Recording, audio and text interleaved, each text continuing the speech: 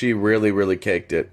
If any of you missed Whispers live yesterday, you may have missed my daughter telling HVAC to eat shit. So hopefully we can get a clip of that soon if Whisper ever does his job and pulls that up. But my almost 4-year-old daughter told HVAC to eat shit yesterday on a live, so that was pretty fun. It was the cutest way to be told to eat shit. Maddi, welcome. Ooh, Mike Angel. That is beautiful. Hello. Hey, Maddi. How are you? Good, how are you? Oh, Michelangelo. Sorry. So I wanted to add on that last person that you had on live in regards to the marinara sauce. Yes. I live in a state where it's also recreational. I live in Michigan. Okay, I've heard of that. And I do believe it is a bad term on TikTok because my entire previous account got banned for talking about marinara sauce. Did it really? It seriously did. I had over 20,000 followers and it just got banned in one instance. Like on a live, or was it a TikTok you put up? What was it? It was a TikTok I put up. Just talking about it. Shit. And it wasn't even a warning. They didn't remove the video. They just deleted my entire account. It's devastating. Get a life, TikTok. I know, right? TikTok. But I just wanted to say, go ahead. TikTok is funded by marinara. The amount of people who eat a lot of marinara and then sit on TikTok for 12 hours and make bad decisions and worse decisions, by the way. Those battles. Can somebody put their hand up in the chat if you give gifts during those battles? Do you know what I'm talking about, Maddi? Yeah, I know what you're talking about. What? No, I don't necessarily give gifts like that, but I'll tell you, I enjoy a bowl while I detail a car and listen to you all day long. So. Aw, you can detail a car while you're high. I can't do. I just get couch locked. It's the best way for me to do it. I have ADHD, and the strain that I grow is really, really great for ADHD, and I run my own company. So. What strain of marinara? What seasonings do you put in your marinara that help with ADHD? It's a strain called Gorilla Fuck. You ever heard of it? I'm assuming that's a mix between GG and what's the other one? GG4 and Alaskan Thunderfuck. I've never heard of Alaskan Thunderfuck, although that may be what I call Sarah Palin from now on.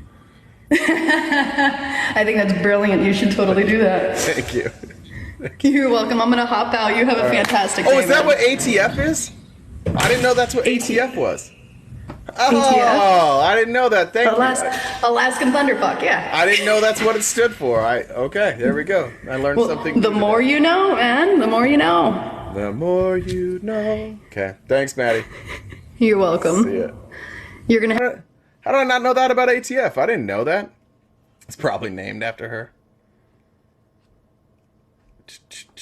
Donald Trump posting his disclaimers that he provided to banks for each financial statement. He's claiming that the judge refused to take this. Like the judge didn't have this information. Like the judge doesn't have the documents. But I want you to read. This is Donald Trump's his entire case in New York. Considerable judgment is necessary to interpret market data and develop the related estimates of current value. Accordingly, the estimates presented herein are not necessarily indicative of the amounts that could be realized upon the disposition of the assets or payment of the related liabilities. The use of different market assumptions and or estimation methodologies may have a material effect on the estimated current value amounts. That's basically standard for all these types of deals. Everybody puts in a disclaimer like this, basically saying like, our numbers aren't always going to be perfect and you might come up with a different number. That's fine. But then the problem is he valued his properties at like sometimes 5, 6, 10 times the amount that they were worth. And there was no stretch where you could value them in that way. So this is Donald Trump's defense now. If you guys don't, if there's MAGA in here and you guys don't know at this point that guy's stupid, I don't know what to tell you. If you don't think that all of the Trumps are stupid, I don't know what you're watching anymore. There's just no excuse for them to be leading anything. There's no excuse for folks to think that they're smart. There's no excuse for people to wear the hats. There's no excuse for people to still support him. None, zero, zip. He's just remarkably stupid. And now he's gotten older, and he seems to be in some cognitive decline. And he's even dumber. He was dumb then, but he could articulate things a little better. And now he's just dumb and doesn't articulate. What is this? Oh, did Maddi's echo sound bad? It didn't sound like an echo to me. That's weird. Sorry, Maddi. By the way, I don't know if Felice is joining today. She's probably in a very good mood. She'll be joining from time to time. I don't know if she's coming in today, but she may.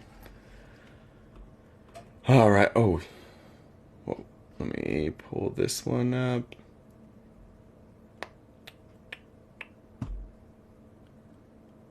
Pull it up there. Now, where did that story go? Oh, this was it. This was on Newsmax last night. This was... I'm trying to remember who this was, but let me just hear this clip on Newsmax was struggling last night. Like the Republican Party generally has a real problem with winning. It certainly was in the midterms here and now in this one as well. And you wonder, do we have the right people in place to be putting the messaging together to the people that are supposed to be there to get the early vote out, to do these jobs? You wonder about the RNC. Do we have the right people running the show? Because we're not doing something right. I think that's very obvious. Yeah, Rob, I think you're right in a lot of places. I would say these state level races, RNC doesn't really play a role in voter turnout. That's run by the team on the ground. And that in Virginia is led by Glenn Youngkin. And he made an admirable effort to push more Republicans to get out earlier and vote, with the ultimate goal of having more people voting for Republican candidates. But it's not been enough. Yeah, Republicans, the reason you guys are having a hard time getting voter turnout is because you don't have enough Republicans. And it's very difficult to get more people than exist to show up and vote. That's the problem that Republicans don't understand here. By the way, fun to hear Glenn Youngkin and Republicans advocating to get out and vote early. How do you vote early? Mail it. There aren't enough of you because you're run by stupid people. Dark, luscious Camaro. My God, that's... Yes, good morning. Sultry. How are you? Good, how are you? Yes, it is. Yeah. Yes, a mouthful, but yes, that's me. You're a mouthful. Good morning Terrific. to you. Absolutely. I just want to tag off what you were just saying about the Republicans just can't get the word out. The problem is, Republican, MAGA side, MAGA is a mental illness. There is nothing you can do about that. Okay? They're going to believe what they want to believe.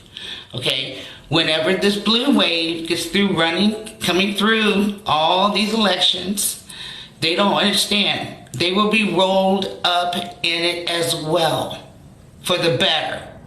Now me personally, I don't like a lot of things that Joe Biden's doing. I'm pissed off as hell. Not what's going on over there, but what he said he was going to do here. So I'm not holding that against my voting part, but to vote Joe is voting against fascism. Okay, I don't know if anybody in these chat has read Project 2025. You know, it has already begun. They have already put key people like your Speaker of the House. That's the first one. Very dangerous. Very dangerous. And the second thing is the MAGA that are stuck in these red states to preach Christian nationality, which is the backwards of YT privilege. We're trying to roll it back to the 40s and the 50s. And I can give you another example.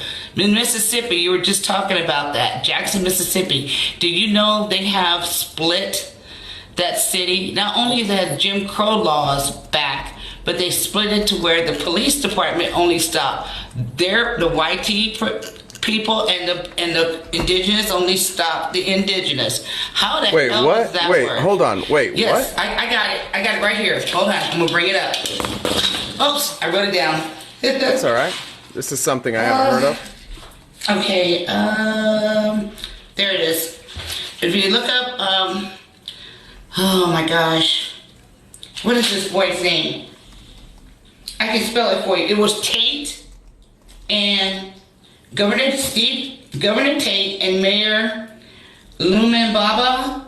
You're gonna have to spell that. Sure. Lumumba. Whenever you're ready. I'm ready. Lumumba. Okay. Lumumba.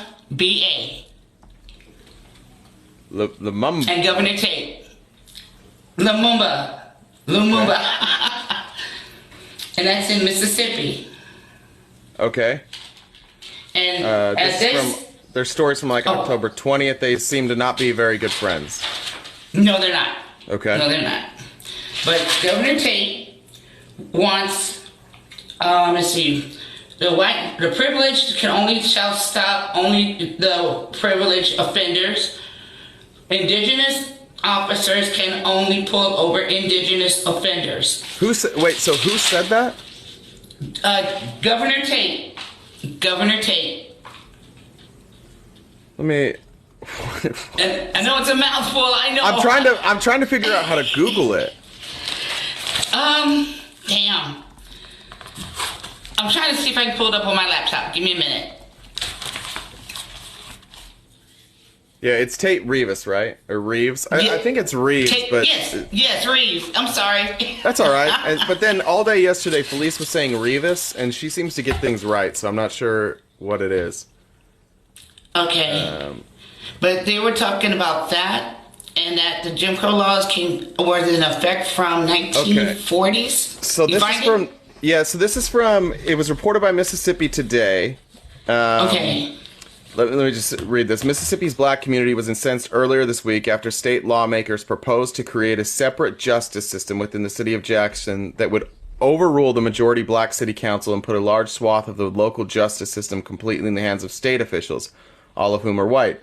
As reported by Mississippi... Let me just pull up Mississippi Today's... Sure. Instead. Only in Mississippi, white representatives vote to create white-appointed court system. Mm-hmm. Okay. So it was House Bill 1020... Right. The Supreme Court would appoint 2 judges to oversee a new district within the city. One that includes all of the city's majority white neighborhoods, among other areas. The white state attorney general would appoint 4 prosecutors, a court clerk, and 4 public defenders for the new district. The white state public safety commissioner would oversee an expanded Capitol Police force, run currently by a white chief. The appointments by state officials would occur in lieu of judges and prosecutors being elected by the local residents of Jackson and Hinds County. So these would be appointments rather than elections. Right.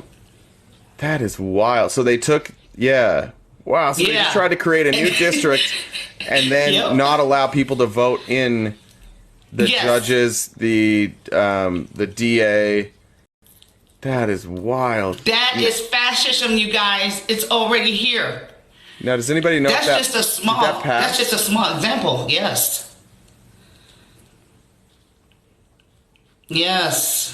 And the redlining. Oh my God! It got approved. Yes, and this happened in 2019. Whoa! It went in effect July 1st of 2023. Yep. Finally went in.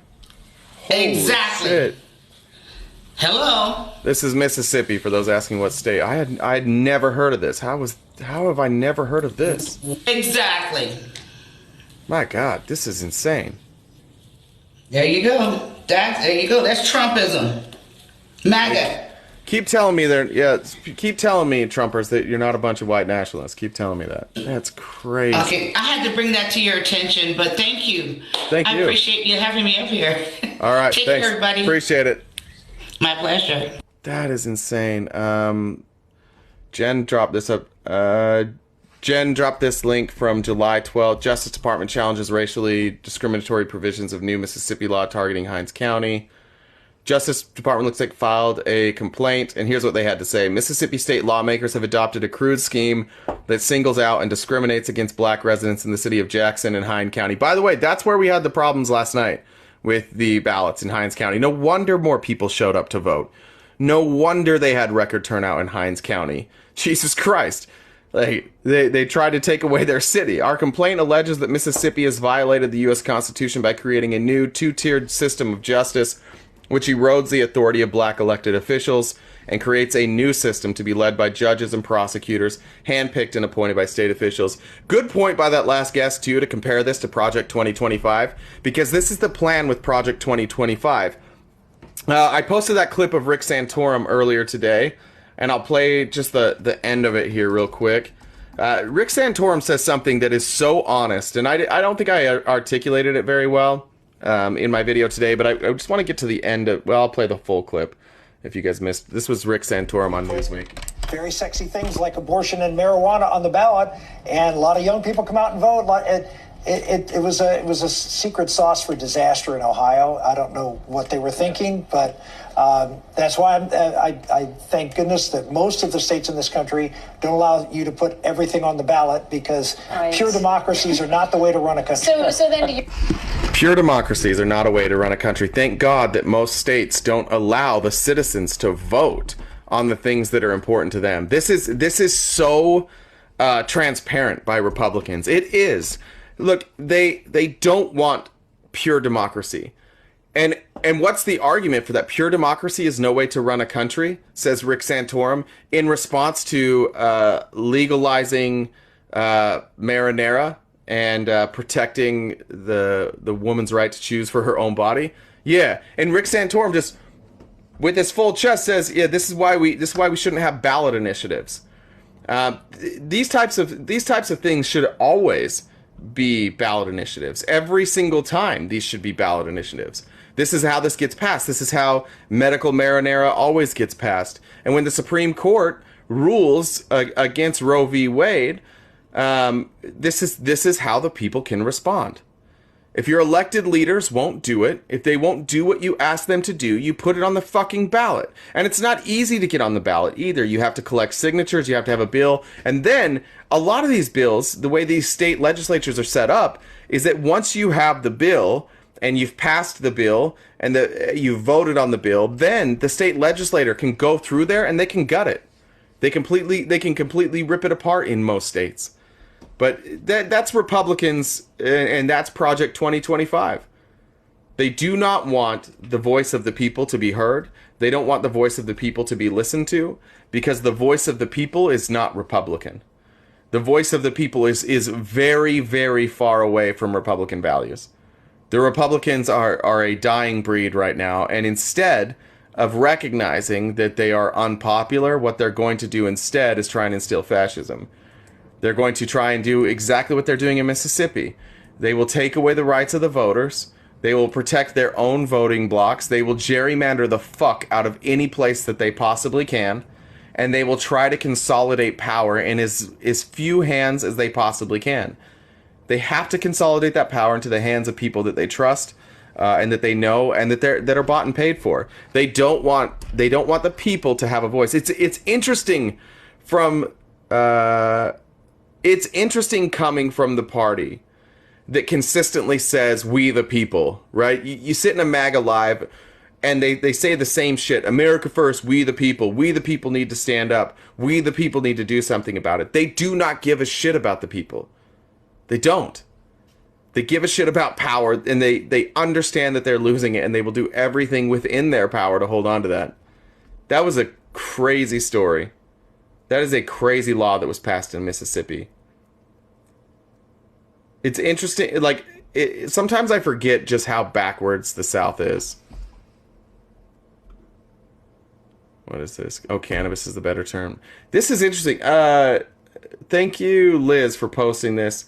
This is true. I'll read this in a second, but this is one of the things that's very true. So, the history of cannabis in this country started with what was it? William Randolph Hearst. He was kind of the first one to start an organized campaign against cannabis, and it was because hemp makes really, really good paper. And William Randolph Hearst he owned a newspaper, but not only did he make money from circulating the newspaper and selling the newspaper, but he also owned the paper mill where they printed the newspapers. And it was learned that if you use hemp instead of trees, not only is it more sustainable, it's easier to grow, it takes way less water, but it's a more durable substance. You can the newspapers won't get ruined as easily. They don't tear as easily. They're not as affected by water. But that would be a real problem for William Randolph Hearst. So he started campaigning against cannabis. That's when they started calling it marijuana, and it used to be marijuana, like with an H, not marijuana like I'm trying to do a Hispanic accent. It was, instead of the J, it was an H. That's how it was spelled. But then they changed it. They changed the H to the J, and it's as dumb as you think it is. It's actually as dumb as you think it is.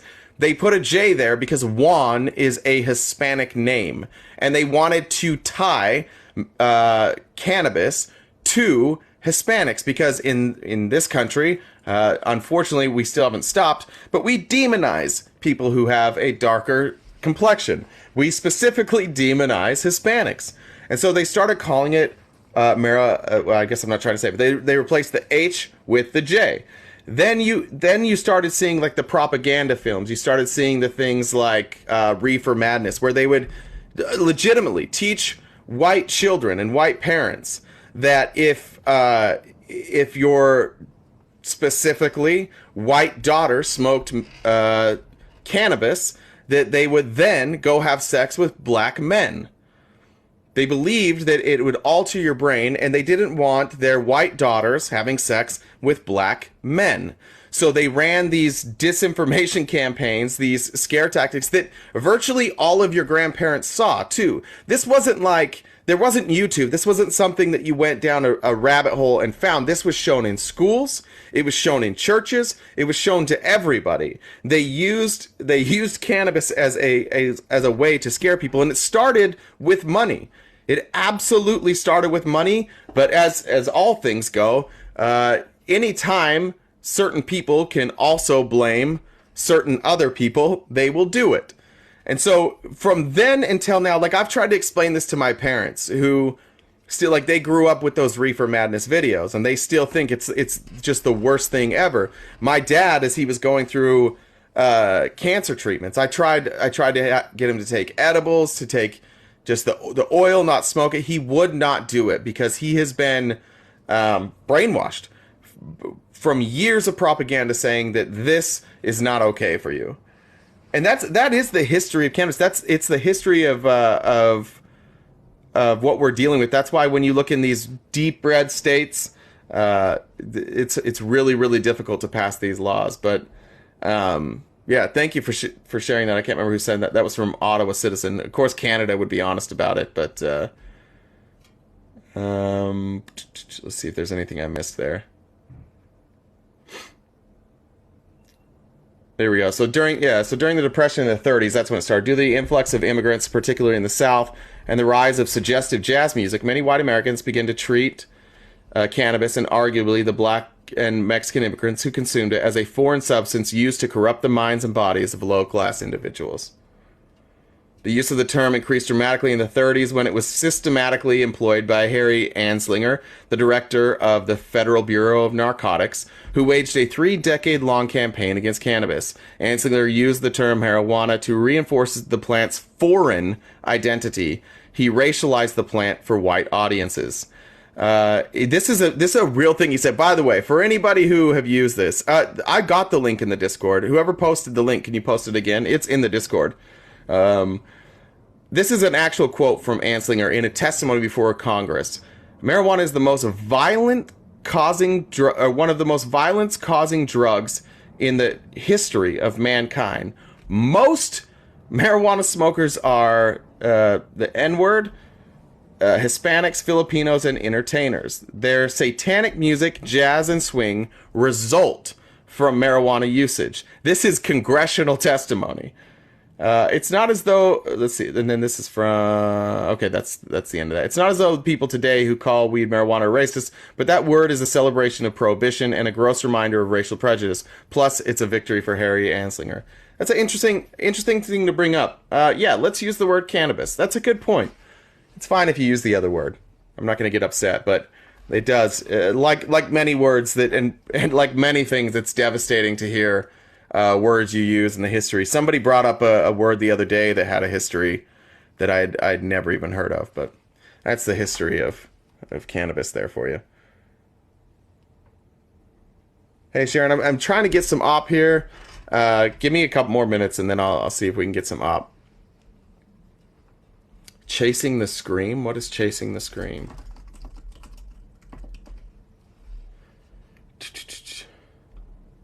The first and last days of the war on drugs. I'll have to check that out. Jonathan Hari? Is this I don't know what it's about. But I can tell you this, never, if I'm angry, I use cannabis to not be angry. It's pretty laughable that somebody would think that, like, cannabis leads to violence. I don't think there's been any evidence of that I've ever seen. For devil's lettuce on here. Does that have roots, too, devil's lettuce? I don't know. I think that one's silly. Devil doesn't exist, so that one doesn't count. Yeah, Trashy, good point. For those who have ADHD, like, it tells your brain to calm down. I had real sleeping problems before cannabis, like really, really bad sleeping problems because I couldn't shut off my brain at night. Every sound I hear, I have to figure out like how it's making that, like what's making that sound, or I freak out about something that I had the next day that I knew I was going to forget, and then I'd start thinking about that, and I'd spend 40 minutes thinking about it instead of just writing it down like that's what people do. But when I was introduced to cannabis for pain, actually, for some inflammation, and then I learned that it actually is a great way. And this will be for some this is judgmental. For some may judge on this. I think oftentimes, especially in low doses, it can help you be a more patient parent, especially if you have ADHD like I do. Helps me a ton. If I could take small doses while I'm with my daughter, it allows me to lock in. It allows me to connect with her creativity. When she tells me stories, I find them far more interesting. I think they're a lot funnier. I can engage with her imagination.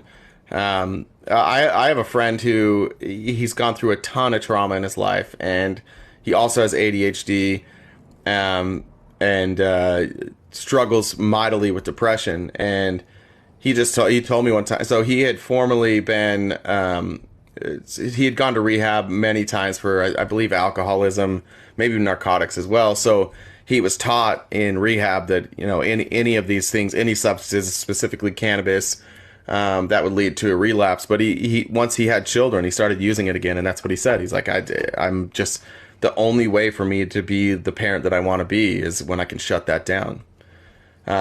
We've learned a lot about cannabis. We've learned a lot about how it interacts with your brain. We have cannabinoid receptors for a reason. Our brains have cannabinoid receptors. Our body is meant to respond directly to it. So, fuck you, William Randolph Hearst. By the way, I recommend watching the musical Newsies. You can learn more about William Randolph Hearst. He's in there. Not in My America. Apocalypse says, "Give me weed or give me death." I love Newsies. I will never hear a bad word about Newsies. I get made fun of for it all the time. That is, if you haven't seen it, Christian Bale is the lead, and he sings. Okay, and he's not great at it. He's not a great singer. But that was probably, I think that was one of the earliest Christian Bale movies, wasn't it? I say that what you say is what I say. Perfect. That's what's that guy's name? That's the Brooklyn, right? What's his name? What's the Brooklyn's guy's name? Never fear, Brooklyn is here. Somebody give me Brooklyn. What's Brooklyn guy's name? Spot, thank you. Spot Collins. That's who it was. Spot Collins from Brooklyn. God bless Spot Collins from Brooklyn.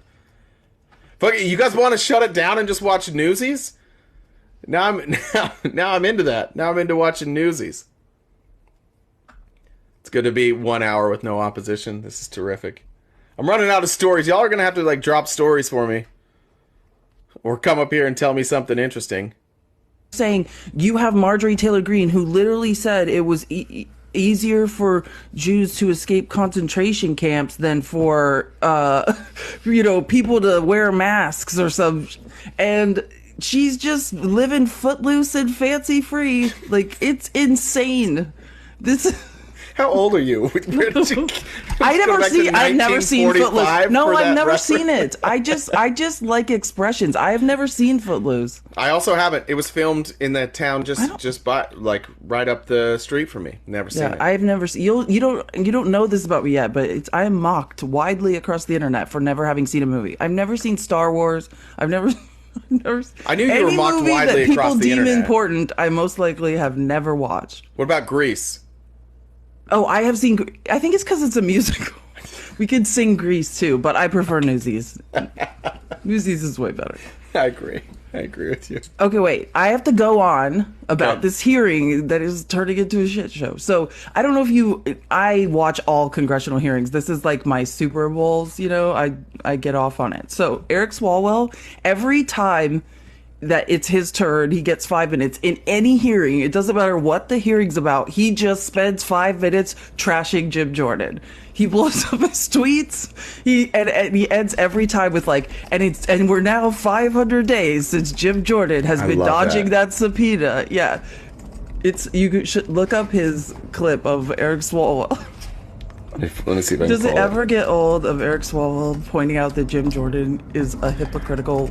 One of my favorite ones was when he was like, the guy walking out the door right now who doesn't want to hear what I'm saying as Jim Jordan was leaving is still defying a congressional subpoena. It never gets old.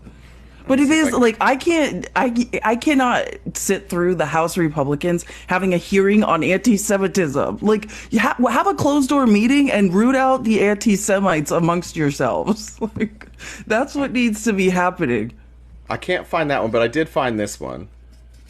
Here's Eric Swalwell. In contempt of Congress.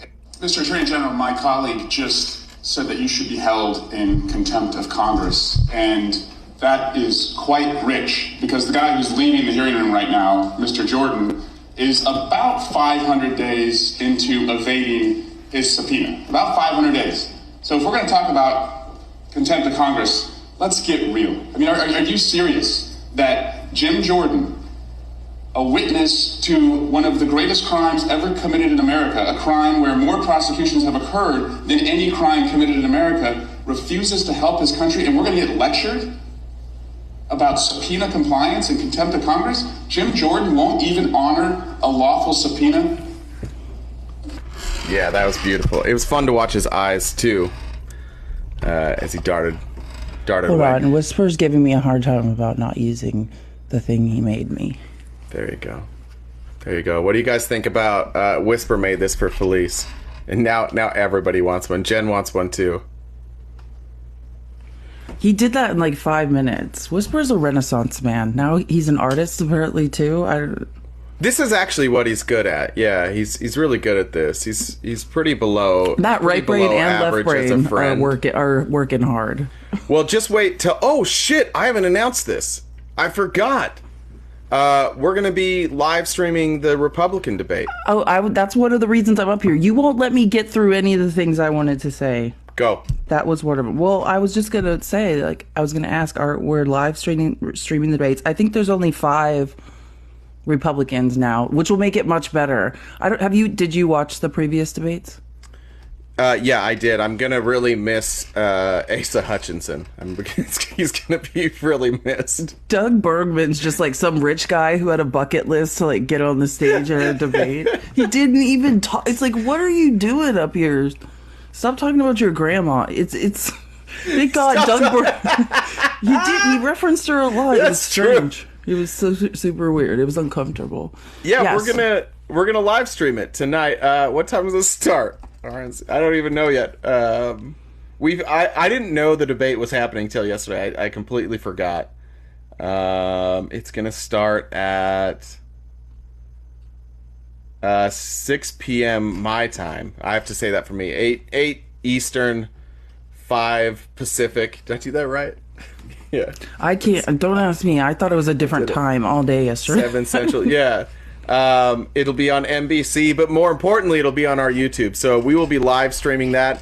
And look, I just need to prepare you, Felice, that we have not yet had a YouTube live stream that went well, and where things. I thrive in chaos.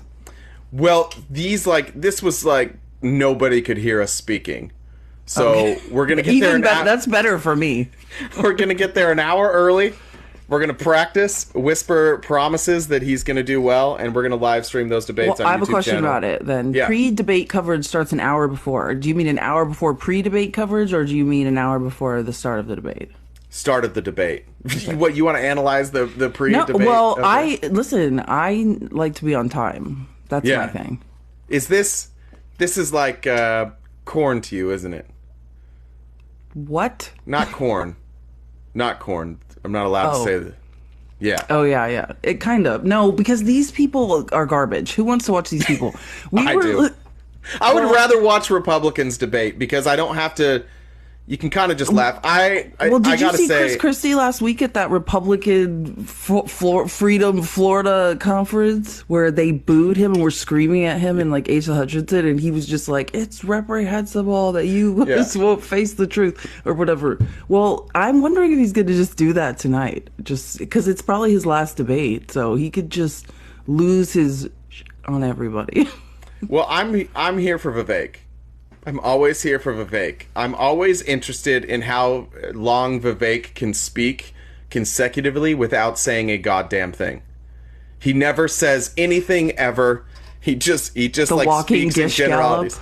Yeah, that's all he does. Like, it doesn't matter what you say to him. He's incredible at it. Honestly, he's so good at it.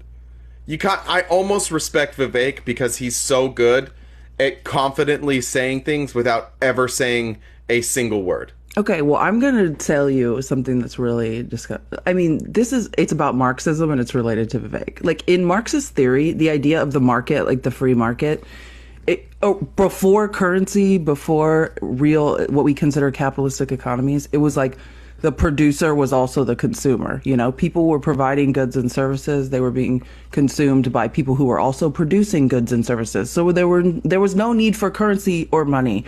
And what capitalism did is it brought in those like third parties, you know, who are buying goods and services at certain prices and then reselling them. And that's where currency comes in, and corruption. And that Vivek is the corruption in the market, in the Marxist market.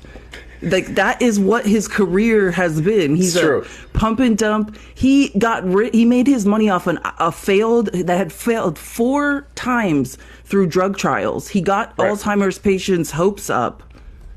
Started new drug trials with a drug that they told him would fail. He's buying these drugs from other big pharmaceutical companies that had already knew them to be failures, but still held the patents. And he pumped up the stock, got everyone to buy it, and dumped it, and left those people with nothing. Which is why he loves crypto. Crypto, bro. All right, crypto, bro. Whisper says that he'll be there, and that the last failure was my fault. I was late and forced him to try new things. That's what he said. It's just not true. I just need you to know, Felice, that it was not my. You don't bring a toddler to dinner and then blame the toddler for making a mess, right? It's just what a toddler does. And when I show up to these things, I'm not gonna know how anything works. I'm not. I became a mod in the Discord and broke something within 5 seconds. You broke something in the Discord? I don't know. There's so many buttons. I think I have fat fingers. I don't know what I was a minute late today. And Jesus. Can't be unpushed. Yeah. All right. No, so we just have to show up early. So just be there. You need I said this yesterday to you. You need a full-time handler. That's you. Oh, great. I thought that was you. I resign. Oh, shit. I probably need my own. Jen's my full-time handler now. She probably is. Were you here earlier when we talked about HB 1020? Were you listening for that? I think, remind me. That was the House bill in Mississippi. Oh, my God. What was that? Yeah. Did you know about that? No, I didn't know about that. I know about many. Jim Crow is alive and well in the South. I don't know what everyone thinks is going on. It's just shocking every time. I mean, that's what they're doing in like Nashville, Memphis. You know where they kicked those two, Justin Jones and Justin Pearson, out of the Tennessee state legislature for trying to work on pew pew reform. Yeah. That's what they are doing in Memphis and Nashville. They're with the city council. They're basically they're invalidating their power, like making it so nothing that the black city councils want can be enacted, and they're draining the funds from like the districts. It's. I mean, if you have a supermajority, what can't you do? Yeah, that's the scariest part. It's good news for Project 2025, though. I think, in that there's no chance of the Republicans getting a supermajority. But the scary thing for me, Felice, is like going forward. I understand that right now it's unpopular to be a Republican, but the Heritage Foundation is going nowhere. The Heritage Foundation will take another stab at this at some point. And my biggest concern with Republicans is that they're going to learn from 2024 when they get absolutely ass blasted, and they're going to pretend that they've shifted to the left. And they're going to pretend that they've shifted left long enough to get people in power, to get judges in place, just like they did when they overturned Roe v. Wade. The same thing. There's nothing that the Republicans won't lie about. And the whole like lying for the Lord thing, that's the Heritage Foundation. We're lying because it's for the Lord. That's what we're doing. We have to lie to the American people so we can protect Christianity. And that's what makes me the most nervous, is because they have so much money. Nobody seems to understand that they're the ones pulling the strings. Nobody seems to understand. Like, they ran Trump's presidency. Every right-leaning piece of legislation or executive order that Trump threw out there that was like had anything to do with traditional like Christian values, those were all written by the Heritage Foundation. Every one of them. Donald Trump didn't come up with those ideas. Not a goddamn one of them. Yeah. I agree with what you're saying. Do you want to talk about the elections last night? Yeah, I mean, yes. Let's talk about the elections last night. Ohio, I mean, great news for people with uteruses. Actually, I don't want to say people with uteruses because I just think this affects everyone. It doesn't matter who you are. Like, healthcare for pregnant people is important. So I'm someone told me, like, I'm surprised it was only 50. Didn't it pass at 57%? Yeah. That was the last number I saw, yeah. Yeah. I'm not surprised. I mean, it wasn't that similar to the last time. I think in Ohio, for me, just being born in Arizona and living, or in seeing, I didn't live here the whole time, but seeing, like, the change from completely red to blue. Yeah, that's what you're seeing in Ohio. Like, change in the voter turnout is slow and arduous, but you see these like little signs of light. And it's so awful that Roe v. Wade was repealed, but like, if that's what, I mean, the way it's activating people to notice what's going on around them and also pay attention to local elections and understand state legislatures matter. We can't just let anybody be sitting in a state legislature, I think has been valuable. It's a valuable lesson because a lot of us were asleep at the wheel. Yeah. What's interesting to me when you bring up Arizona is legalizing cannabis, at least just medicinally. That was the first sign that Arizona was shifting blue. And then it went blue, blue, blue, blue, blue. Like, it's gotten progressively more blue. Every state, once you legalize cannabis, that seems to be the start of shifting blue. Because once you recognize that, like, things can be legal even when people don't like them, or even when historically they've been viewed as horrific. You know, like, even though we've had decades of propaganda wars against medical cannabis. Well, hold on. Let me say something about that. Like, yeah. I think that the bottom line is we need to start looking at evidence-based science. Evidence-based science says that consensual crimes should not be crimes, right? All sociological studies say that. Like, when we look at countries like Portugal that have legalized illegal substances all across the board, all addiction rates are down. Like, all of the money that the war on drugs was spending needs to be reconcentrated into rehabilitation and education. This is scientifically proven to be the way to handle the war on drugs. You know what I mean? Well, look at the complaints that we have on the southern border. You can look at the impact that even recreational cannabis in California and Arizona. You can see the impact that had on the cartels. What did they do? They went and they took over avocado farms because they no longer could sell cannabis. It made no sense for them to try and bring over cannabis. So they went and they took over avocado farms, and they're avocado farmers now for some reason. No, I mean, yes, starve the market. No, that's the thing. If there's no market for it, there's no market for it. This is capitalism, isn't it? Use your own economic system against them. But that's the thing, right? The marijuana, these petty drug crimes, this is about the prison slave labor pipeline, right? This is about under the 14th Amendment, slavery is still legal, or is it 13th Amendment? 13th Amendment? 13th Amendment. One of these amendments makes slavery still legal if you're in prison. It's 13th, yeah. Yeah, 13th, yeah. Okay. Neither slavery nor involuntary servitude, except as punishment for a crime whereof the party shall have any duly convicted, shall exist within the United States or any place subject to their jurisdiction. Yeah, and that's what this is about. Like, petty drug crimes is the funnel of black and brown people to the slave to prison pipeline, prison to slave pipeline. Where do you, with things like this has been an interesting topic so this is something I learned recently. Like I've read the 13th Amendment, but as a lifelong conservative, it always made sense to me in my head, right? That like, of course you can't have involuntary servitude or slavery, but if you go to prison, like you have to work for it, you have to pay for where you're at. That was my idea. When you talk about like like prison labor, it's a tiny, tiny majority of people that are benefiting from that. And I've wondered just to myself, like, what percentage of even Republican leadership understands that this is what's going on? And I would argue it's a tiny, tiny minority of people that actually understand this. What? On the Republican side. The prison complex? You don't think that people understand that what's going on? It's an economic system. I 100%. You seem like you didn't understand. I think that capitalists in government understand. I mean, you don't remember the goal is spend as little per prisoner, right? Yeah. Keep as many prisoners in prison as possible, the largest labor workforce you can. You know that, remember we were talking about yesterday, Brett Favre and the welfare scandal in Mississippi? You know, he built his D2 volleyball playing daughter a stadium. You know who built that stadium? Prisoners. I didn't know that.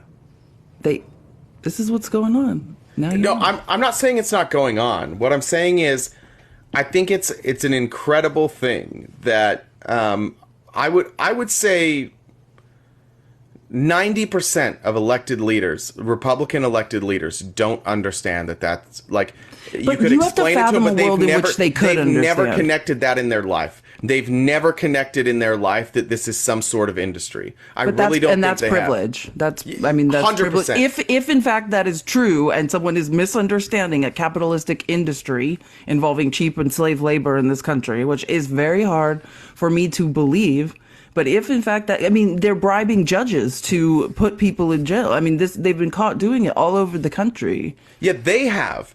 But this is what I'm saying. Like, it 100% is privilege. But I'm telling you, I was one of the more educated Republicans. I never connected that. I've never heard a Republican connect that. And I'm thinking of like having that conversation with the people I've had it with and with my Republican friends. And I don't think they would understand that. And I don't know that the elected leaders understand that. It absolutely comes from a place of privilege. But I think that this is not as well known as like maybe people.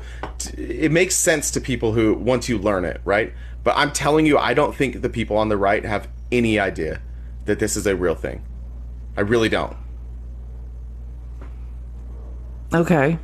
I listen. Like, it's a dumb party. They don't understand I'm a believer things. of you don't know what you don't know. And like, it's always, if there's one response when I have conversations with Republicans, like the ones who will speak in good faith, I think a lot of the phrase I always am hearing is, how was I supposed to know that? Yeah, that's perfect. Yeah. That's the number one phrase. How was I supposed to know that? And the answer is just that's okay. So you being able to utter that phrase out loud and me understanding that you truly mean that is your privilege. slapping you in the face. You have the privilege to not be affected by this, right? My dad's half African American, half Indigenous, and was in prison when I was a child. And believe me, I intimately know what's going on with the prison system, and it is deeply disturbing. Yeah. It's just a difficult thing. Like, privilege specifically is such a fucking hard thing to just coming from my standpoint. That was probably the hardest thing I had to accept by far, because you don't want to believe that you had privilege that other people didn't. We all want to believe that we're self-made. We all want to believe that we've earned the things that we've got, and it's really, really difficult to admit that, like, the work that you put in really didn't matter that much. And if I'm going to be 100% honest, somebody brought this up the other day when we were debating. They were talking about, like, grades, and they're like, well, you got good grades in school. I'm like, no, I didn't try hard at all. And I didn't. I never really tried very hard. I never tried hard in school. Classic white man failing up. Yeah, the jobs I got were largely because, like, and it continues to right now. A lot of what I've got has been privilege, 100%. Like, I had the ability to speak, and that was about it. I didn't work that hard for the things that I got, and that was one of the hardest things to accept. Eventually, is that, like, yeah, there is privilege. It does exist, and it specifically exists for people like me. I'm glad we got there in the end. Thank you for coming to that point, because I was really wondering what was happening. but I really don't think that Republicans understand. Bad Views is a perfect example. His reaction to reading, what did he read? Yeah, that's what's made me so much more patient with this, and also living in Idaho. When I went to college and played volleyball in Idaho, what I realized was that Mormons, these large groups of concentrated Mormons, they weren't racist. They just had no exposure to anyone. Correct. Yeah. And it wasn't that they were trying to say racist things to me. They were just asking me questions that if someone asked me that in downtown Phoenix, I would be, you would know that they were attacking you. But I realized that these people were just asking me questions because they did not know the answers. Yeah, so no, certainly. That's what has given me so much patience with white people and anti-racist education, I think, is my experience in Idaho. Realizing you can genuinely not know and say what I consider offensive things, but genuinely just want to know the answers. Where Bad Views went to school in his high school, when I was there was a basketball player that was, I think, maybe 2 years younger than me. Really good player. He was as far as anybody knows, he was the first black player to play at that high school, and this was like 2002, 2003. And it was so bad for him. Like, there were so many things that he had to change schools, which was hard to do at the time. But the school district made an exception for this person to change schools. But in 2002 or 2003, I don't remember what that kid's age was. He, at the school the Bad Views went to, was the first black player to play on the basketball team. First, in like 2003. So, like, when people say I'm too patient with Bad Views, it's the same thing. We didn't understand any of this. They taught none of us this in school. Our teachers didn't understand it. Like, it wasn't even that they were trying to hide it. It's like also how they were taught. And I'll give you a little history lesson. In Utah was settled obviously by the Mormons. The Mormon prophet was Brigham Young. And Mormons will tell you that Brigham Young and the Mormon settlers were or that they sided with the North during the Civil War. And that's kind of it's kind of true. They didn't want slavery, but it's because Brigham Young said, I don't even want black people here as slaves. It wasn't about like helping. He's just like, I don't want black people anywhere, so I don't even want them here as slaves. And we never learned that. I learned that maybe right when I started leaving Mormonism. He said they were demons, like Nephilim, like dark demons. Yeah, I know all about the racism of them. Okay, so when I was a history major in Idaho, I took a bunch of Mormon history classes because that stuff is crazy. It's cool, huh? It's pretty cool. I mean, it's terrifying. Pretty cool. Mormons are bloodthirsty. So, like, we took an Idaho Mormon history class, and we would go to different sites, and our teacher, who was like, probably a Marxist, was just like, and here's where the Mormons massacred another tribe of Indians, and just like going around. And this class was by and large Mormons. And they were just like on some tour of their history of like carnage and had no idea that the Mormon church was responsible for it. And some of them were like crying and some of them were yelling like, no, we didn't. Like, yeah, that's what I was expecting you to say. Yeah. What are you talking about? There's something called the Mountain Meadows Massacre that is horrendous that the Mormons did. It was down in Cedar City. When Joseph Smith was assassinated, there was rumors that there were some people from Missouri that were coming through. Well, so Joseph Smith was assassinated in Carthage, but it was people from Missouri. People were chasing him, and there was this group coming through Utah to go to California for the gold rush, and there was just a rumor that there were Missourians in the group, and so they took this entire group of Missourians, and they're like, "Hey, we're going to help you out, like." There's all these native tribes we're gonna help guide you through so you can be safe.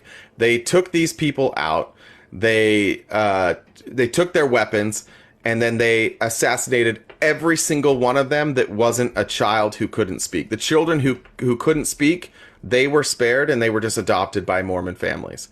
And this is something that we all denied. There's so many atrocities that we denied. One day on our live, a Navajo woman came up, and she's one of those children that was in that adoption program that still exists today because they set up all these, adoption programs for children of Native families, which we called it the Lamanite Placement Program. Yes. Yeah, because Mormons believe that the natives were Lamanites, which are in the Book of Mormon. Lamanites, by the way, were Jewish folks whose skin was turned brown because they didn't listen to the prophet. And that's up until I was alive during this time. We had things called the Lamanite training program, and there's horrific stories of maybe this is the one you're talking about. This young girl talking about how she was taught that if she lived righteously, like she would lose the curse on her skin, and her skin would turn more white.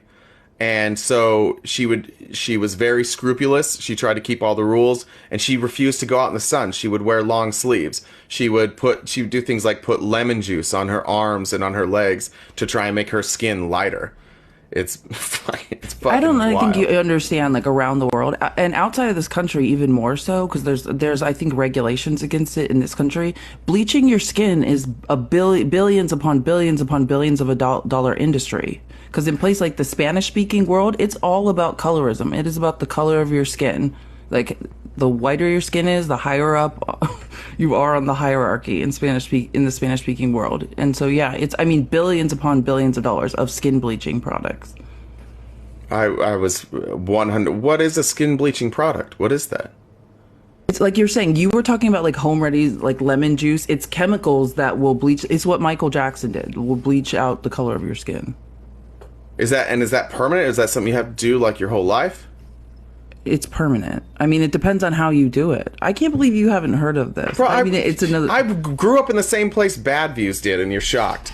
Like I'm basically like 5 years into being educated on this stuff. So yeah, this is what goes on. So skin whitening. The global market for skin whitening was estimated at $8 billion in 2020 and projected to increase by nearly half that within 6 years. Women account for almost 80% of the sales because fair-skinned women in Africa and a lot of times are married first.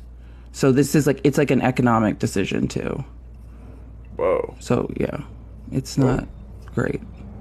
Not great. Can I tell you one of my favorite Mormon there's this movie called Johnny Lingo. Have you ever heard of Johnny Lingo? Oh God. This is kind of unrelated, but it was meant as like this feel-good story, like how to have confidence, and it's a story of Johnny Lingo who goes in and Johnny Lingo, of course, is from one of the Pacific Islands, where, of course, Johnny Lingo is a very typical Pacific Islander name. Most Pacific Islanders are named Johnny. Very normal name. But Johnny Lingo is like this really handsome guy. He's very wealthy. And he goes to this father of the daughter, and he says he wants to marry the daughter because that's how they did it. And you would give the daughter, like the dowry would be like a cow or 2 cows or some chickens. So the father asks, I think, for something like, he knows he's like, he knows his daughter's like a 1 cow wife, but he asks for 2 cows. And Johnny Lingo instead offers 10 cows. And it's nobody's ever heard of anybody being offered 10 cows for a wife, and it's this very homely woman. And then after the marriage, he offers the 10 cow, and then it like cuts at the end, and now she's beautiful. And now she's beautiful because Johnny Lingo showed her that she could be confident because she got 10 cows. That was and we would watch that at church, and that was like the message to women. That be a 10 cow. What an uplifting message. I have to tell you sometime, like offline, about my experiences with the Mormon bishops and stuff in Idaho. Just I was hoping somebody offered your not father great cows. for women. Not great for women. Not a great situation. Like, I think getting out of a cult, this can kind of relate to the far right. Is directly proportional to your level of misery inside it. Like, you have to hit rock bottom. Do you know what I mean? And I think that's why a lot of women are like, I can't be in Mormonism anymore, because it's not that great for women. If you're a white male, you can sort of thrive in there. You can hold positions of power. There's upward mobility within the cult. For women, there's nothing for us. Just have babies. Like, no gracias. No gracias. Let's see. Kat wanted to jump in real quick. What's up, Kat? Hey, Benna. Good morning. Good morning. How are you? Oh, hi, Kat. I remember who you are now. Yeah, hey, how are you? Yeah, I think I was the one that told you guys about the placement program. Yeah. Oh, yeah, me and Nemo. Nice to see you, Kat. Yeah. So, yeah, excuse me, they phased that out back in 86. That's when I graduated from high school. They made it so it was just high school students that could attend through that program. So it was actually the program that started with my family, because President Kimball, when he was an apostle, he stayed with my great-grandparents for a couple of weeks when he was supposed to be healing, and they actually helped him heal with herbs and prayers and things. And then he had this idea he wanted to help the Indigenous people somehow, and that's how they come up with the program. But some of the things that I guess was just the ideology of what our people had already gone through, the government, boarding schools, things like that. So we got a double whammy on that one. It ended up being with the church as well. So most of our Navajo children that went through that program, most of them have left the church. Oh. They have realized over a period of time the damage that it was doing in the long run, because most of us don't speak our language fluently. As a child, before I went on the program, I used to read and speak Navajo and write it. So I am just now relearning that. But I have been living off the reservation most of these years because I do have children that I wanted to make sure they got a better education. Kat, was that you yesterday that sent, I don't remember who it was that sent the message about the health care on the reservation? Was that you? Could have somebody been. else? I don't know. Okay. I'm not sure. But I just want to say loss of language is one of the main tools of colonization. Right? Yes. Imperialism and colonization is you can no longer speak your language. Absolutely. And as far as religion, we couldn't practice our own traditional healing ceremonies until the 70s. So, it's just disheartening that a lot of people don't understand and know what our people have gone through. And, the missing women and children, and even men, we're still dealing with that as well, but you don't hear about it on the news. What do you mean missing? I'm not sure what you're talking about. So obviously, Missing and murdered Indigenous women. You don't know about that? No, not a thing. Really? Let's goodness. talk about it. Yeah. Stop! Don't give me that look. You know how Elizabeth Smart was kidnapped and was missing? Yeah. Yeah. Okay. Well, that was all over the news. You don't hear that when a black child or a black woman. It's all trafficking, is all it is, basically. But it's in a horrendous way because most of them don't come back alive. And then when it comes to us Indigenous people, you definitely don't hear about it unless we say something about it. So recently, I think in the last couple of years, I have a sister. She's Hopi. She has been Josie. She's on TikTok, so check her out. She's very.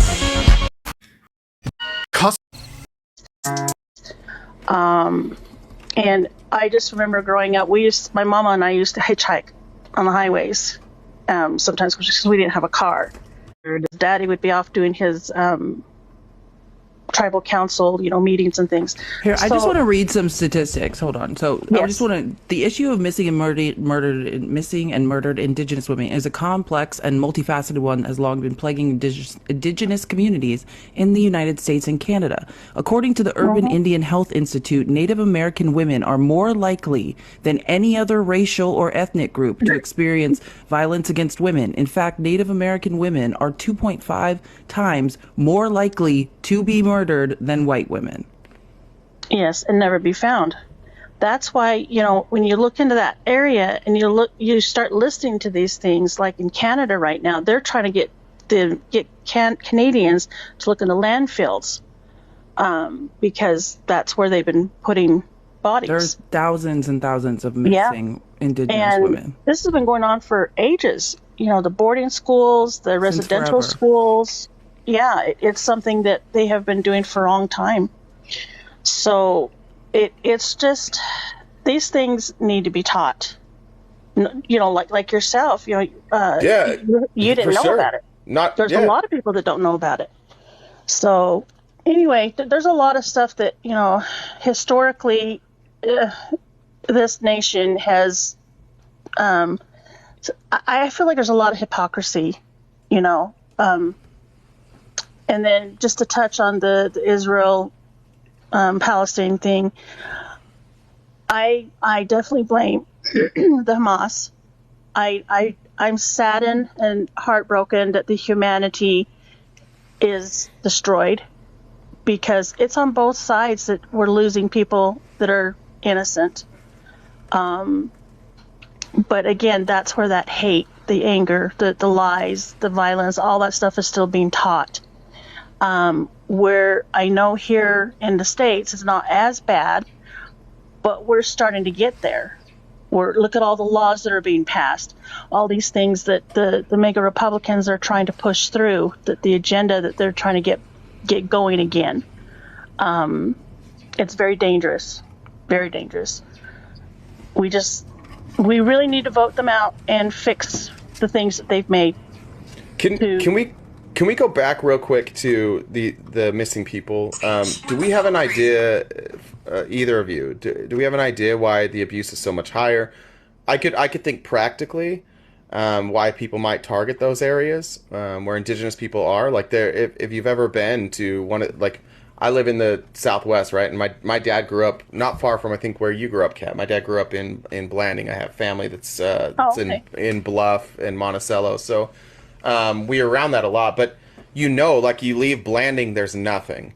You leave Bluff, there's nothing. And when you go through a lot of these areas, even coming back through Page, one day I was leaving Page coming back to Phoenix, and I took a different route on accident, and I went through the reservation. There's nothing there, right? Yeah. If it would be, there's one gas station. Say the truth. It would be. Yeah, there's two now. I think they've really upgraded, but it would be so easy to get away with a crime in those areas, and I'd imagine there's no resources for investigating. Yes, there's no cameras, there's no eyewitnesses. There's right. Also, think about traditionally racism and sexism within the Indigenous community. Women are not protected. There's a common thread you hear when talking about the Palestinians, and something that people who support Israel say was just like they don't value women. And the answer to that is not to try to use that during a conflict to justify what you're doing to Palestinian people. Right. The question, the way you lift people out of those mindsets, those misogynistic societal mindsets that leave women vulnerable to violence, is by infusing that community with education. Right. Education, like what we're doing right now. You had no idea about missing and murdered Indigenous women. So, which is fucking crazy. Education. I've driven through there, and I've literally thought, like, if somebody wanted to, like, unalive me, or somebody wanted to, like, kidnap me, this is the perfect place. Like, I've had that thought in my head while I was driving. Well, also through, think why it's the perfect crime. Jurisdictional issues. Who is going to investigate? On the reservation, those police forces are underfunded for DNA and forensic investigations as well. Right. And our police force, we don't have a very big police force to cover the whole reservation, because our Navajo reservation is one of the biggest. And I don't know what the numbers of how many we have, but if anything happens with murder and things like that, it automatically the FBI has to come in and help, because we're federally recognized. So when you're looking at these areas and drive through there, to those of you that haven't, you will see the desolate land. They did that purposely, because but you're also bringing the FBI, who has no understanding of that area too, right? Because it's not like you have agents that are stationed through there. They do. They have, I guess they have specific ones that come through. They come in and they help us with these things. That is where the investigations get picked up and things like that. But the problem is a lot of these things aren't being reported. And then when they are reported, they're not taken seriously.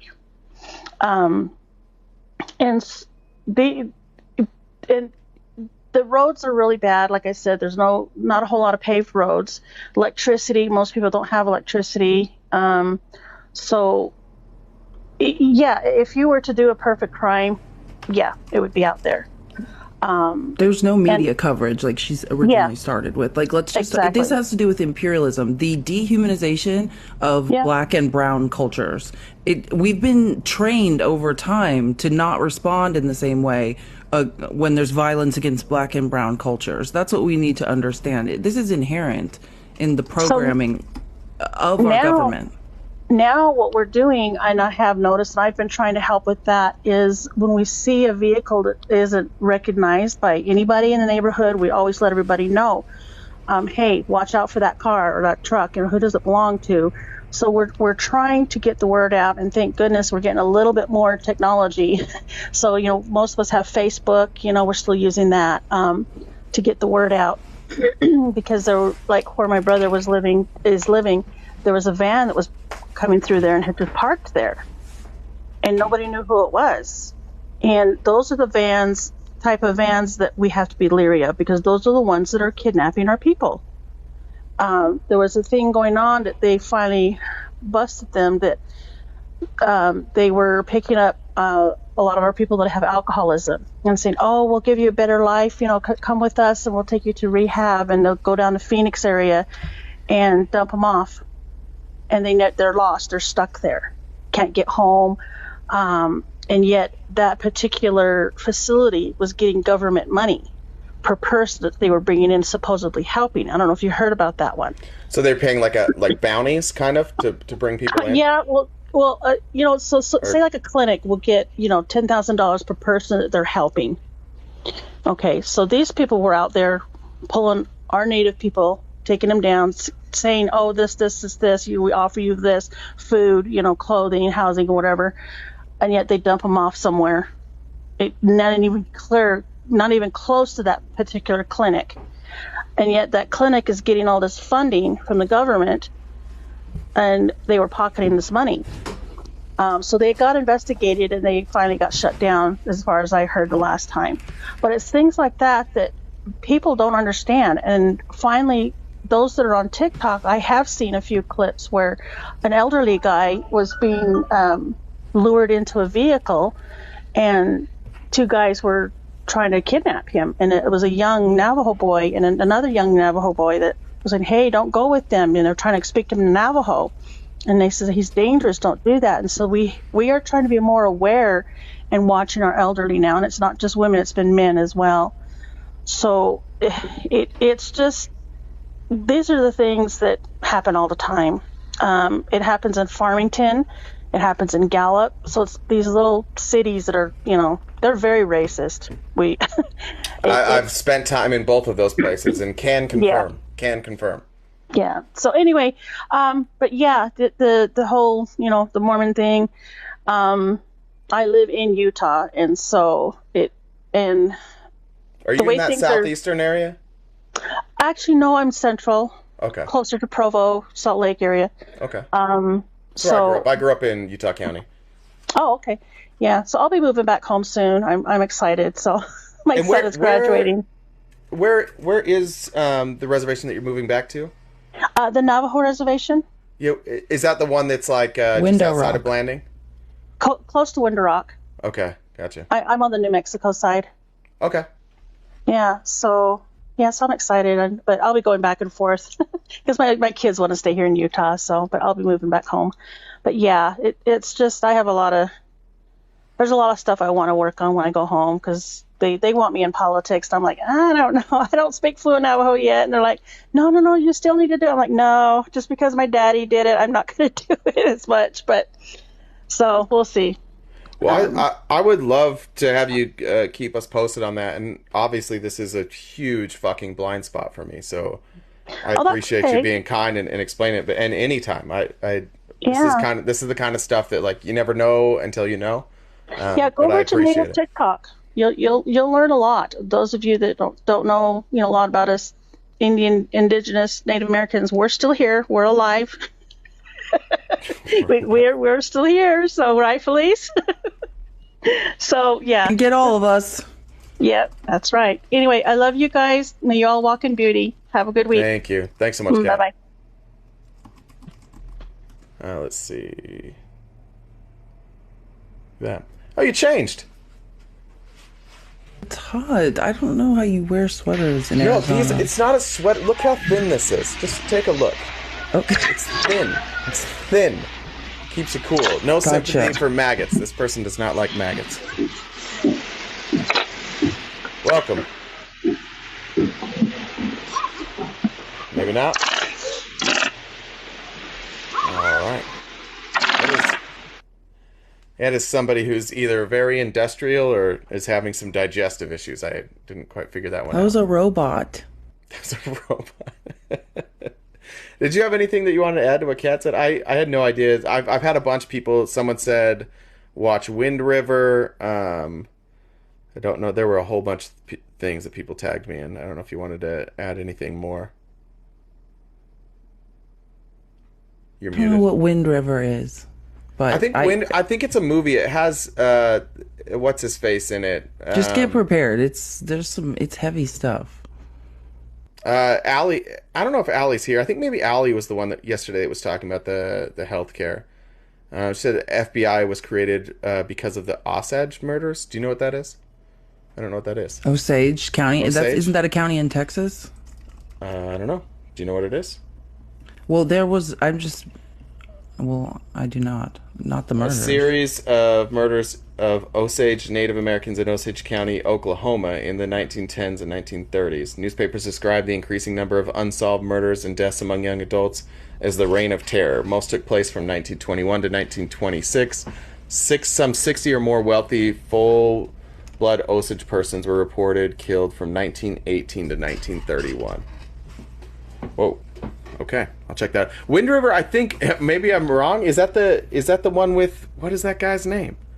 He's one of the Marvel superheroes. The one with that shoots the bow and arrow. I know you don't watch movies, so this isn't good. There we go. Jeremy Renner. That's who we're talking about. Oh, I like Jeremy Renner. I think is that Wind River. I think he's in. He got in a fight with a snowplow, didn't he? Is that what I thought it was a snowmobile accident? I don't know what it was. No. He did get really hurt. Is he okay? Wait, let's keep laughing at Jeremy Renner. I'm not laughing. I think it. Allie, what's up? Snowplow accident. Suck it. Hey guys, what's up? I just wanted to chime in a little bit on some of the indigenous stuff. Like, so the Osage murders were, you can see an okay representation of them in the new movie, Killers of the Flower Moon. Okay. I was not a big fan of the movie myself because they really told the white man story instead of the Osage story. But yeah, you guys were talking about that in the Discord the other day, right? You say it's like 3.5. Is that the one with Leonardo DiCaprio? Yeah, so I mean, it's an okay movie. Yeah, it's that one. But you'll get an idea for some of what has happened. Like, I would recommend anybody, if you really want to understand, like, the depth of atrocity against the indigenous people of this country, just take your basic history of the American Indians in America class, or... Like, there's just so many things. You can study the Trail of Tears. You can study boarding schools. You can study allotment. You can study all kinds of horrendous things that a lot of those policies are still carrying through today. You know, when people refer to the genocide of our Native American people in the past tense, it pisses me off so bad because a lot of those things are still happening today, and people don't understand that. Like, we still have not provided adequate restoration or even stability for a lot of our indigenous communities. They tend to be some of the like a lot of our indigenous reservations tend to be the most impoverished places in the country. A lot of them tend to, you know, we have the MMIW crisis currently. We still are seeing challenges to ICWA. We're still seeing all kinds of really horrendous effects of how we've treated our indigenous people today. So I just highly would recommend, I just want to say that I highly recommend educate yourself on it because it'll blow your mind. And if you want to know about the other genocides around the world and how they come up with that stuff, they took a page out of how we treated and still treat our indigenous population here. That's really kind of it. I appreciate that. Yeah, thanks. So you'd say, is there a better source than watching the movie then? Yeah, I mean, it's always better to, you know, try to find accounts of the Osage themselves, or try to find accounts that are going to be more centered around the story of the people that were affected instead of the people who were perpetrating the crime. That was the problem that I had with the movie, is it was more centered around the people that perpetrated the crime than it was around the people that were affected by the crime. Okay, I see what you mean. Crimes, okay. Plural, yeah. So, you know, there's lots of material out there, but just in general, like, if anybody, I don't know if people are nerds like I am, but if you get the chance to take, like, a, you know, just a miscellaneous college course or something, take one on Native American history, because even just the basic fundamental 101 class is going to absolutely blow your mind, and it's going to shake the foundation of who you think this country is, if you haven't already arrived there. It's pretty wild. Like, anything we learned about Native American history in high school for us was more about like how they interacted with the Mormon settlers, and it was such a it was presented as like this collaborative, like it was presented as this like mutually beneficial agreement, and so it's been wild in the last 5 or 6 years to like to see what actually happened. I mean, even just the amount of wealth, the amount of gold that was stolen by the Mormon settlers from the native people. It's wild. Yeah, let's look at, you can even see, you know, we're coming up on Thanksgiving, right? And we painted a picture that it was just this happy feast between the settlers and the Native Americans, and that there was no atrocity that occurred there. That is not what happened. That is not how it works. And I would highly, even if you just want to do something pertinent to the holiday season, look up and read about the reality of the history of Thanksgiving and how it was not peaceful, and it was not this fun, great sharing communal time of two different peoples coming together. There were horrendous atrocities happening from the very first time that we set foot on this continent. You can look up the smallpox numbers. There were estimated to be, I think, something like 18 million indigenous people on Turtle Island until, I think it was the Spaniards brought smallpox over and wiped out almost all of them down to, I think the estimates were like 2 million to 3 million. just through smallpox alone. And so a lot of Mexico was conquered just with smallpox. And so there's a lot of history there that I think a lot of... Go ahead, Felice, sorry. I was going to say, I like to talk about this.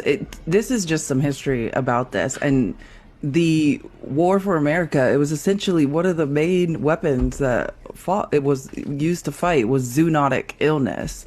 And if you don't, zoonotic illness is the majority of viruses that we have, right?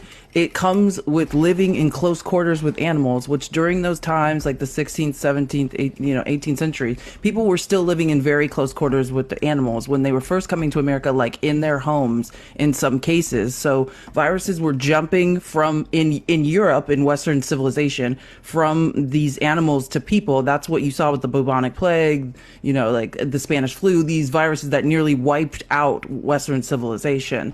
Now, when they went to Europe, the issue was, and why the Native Americans were not equipped to fight a war of zoonotic illness is because the Native Americans did not live in close quarters with animals. They were not domesticating animals. They didn't have an immunity built up of North American zoonotic illnesses to fight back against the Europeans with. The Europeans brought all their zoonotic illness, all their animals, and just threw it at the Native Americans, but they didn't have zoonotic illnesses and immunities built up to throw back at them. It's quite fascinating. I read a book on it. Is there not to make light of it, but is there any amount like recognizing now that like MAGA after all of this, after everything that they've stood for, how much they defend colonization, imperialization, now they just don't believe in vaccines now. A little bit of irony there. I mean, it's interesting because I think that our perception of our indigenous peoples now is very, very different than it has been for a long time, and in modern history anyway. And I think that there is this romanticism. We might have lost you, Allie.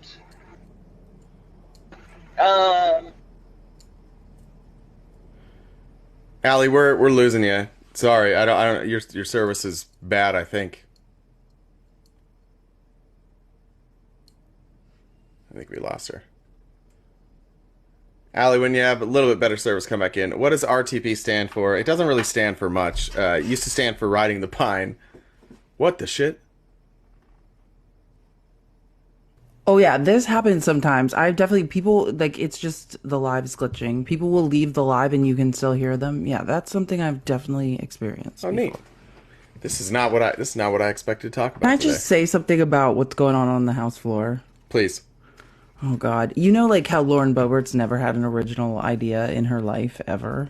Ever. They're debating, like, you know how they tried to cut all that funding from the IRS or offset what they were going to send to Israel, the $14 billion they were going to send to Israel by cutting billions from the IRS. Yeah. Okay, well, they're debating something about that on the House floor right now. Lauren Boebert is on the House floor. I guess Lauren Boebert's, this comes from Matt Gaetz. This is Matt Gaetz rhetoric. He's an ANCAP, right? Matt Gaetz is an ANCAP. She's on the floor yelling taxation is theft. It's like, oh God. She's so remarkable. She listened to a YouTube ANCAP debate. Now she's yelling taxation is theft. Didn't. She's reading it. She didn't listen to the debate. Somebody wrote it down for her. It's hilarious. Yeah, can we hear it? What she's talking about. Do you want me to pull it up? Here, I'll send it to you. Somebody put a picture of her with... She's wearing like the 45 hat, the Trump 45 hats. I posted it in general chat. Okay. So everyone could... All right, let's see. I'll post this up. It's theft. And arming 87,000 IRS agents to go after the hardworking middle class. Well, that's just flat out armed robbery. Mr. Chair, I urge my colleagues to support my amendment, and I yield. Thank you. Back on the floor, talking crazy talk. She always speaks like she speaks like she's going to get applause. Like when she said taxation is theft, well, with that dumb little smirk, that's just armed robbery. Like that works in a circle of like a bunch of dumb people. Anarchy-capitalists. If you're talking to Peter Thiel. Yeah. Trying to get him to fund your business. That's what I would yell. First of all, anybody who says taxation is theft, just like forever shut the fuck up. It doesn't even make sense. That argument doesn't make sense. If the government gives you money that they circulate with their name on it, and then they take back some of that money that you make to pay for things, it's not theft. It wasn't yours in the first place. It wasn't your money. It was not your money. It was theirs in the first place. I don't understand how that can even be theft. It's a really stupid thing. I hate, ANCAP debates are, I mean, they're philosophical. It's like, you go farthest to the right and farthest to the left, you're just having philosophical debate at that point. I hate philosophy. How do you feel about philosophy? I almost was a philosophy major before I decided on history. You would have been that should so answer your annoying. question. I won't send you any philosophy TikToks. You would have been so annoying. I don't, listen, here, you. This is important. This is something I want to say, because, you do like debate format. But what I really liked about you debating was it's more of a conversation in good faith, and it's simple. Like, my problem with debate, and I was on a speech and debate team, is that it's white supremacist. That's my claim. Now let me explain how. Please. Like, when you are debating, the format of debate is inherently white supremacist and patriarchal. It eliminates people from the conversation. If you don't have the education, if you don't have the right outfit, if you don't have the vocabulary, if you don't know debate format, if you can't stay calm because you start bubbling up with anger and crying when you're talking about an issue because it's so deeply personal to you, that goes against you in debate format. It systematically eliminates minority groups from the conversation, lower socioeconomic groups, people who have less money to become educated, and that's what I don't like about it. Also, when people are listening to speech and debate, right, the format and the vocabulary is limits, right? When you start hearing philosophical debate format, 98% of people stop listening because it doesn't make any sense to you. Yeah, I think that the same goes when people are talking about, and I know you've said this, like you hate abortion debates, and I'm guessing that's why.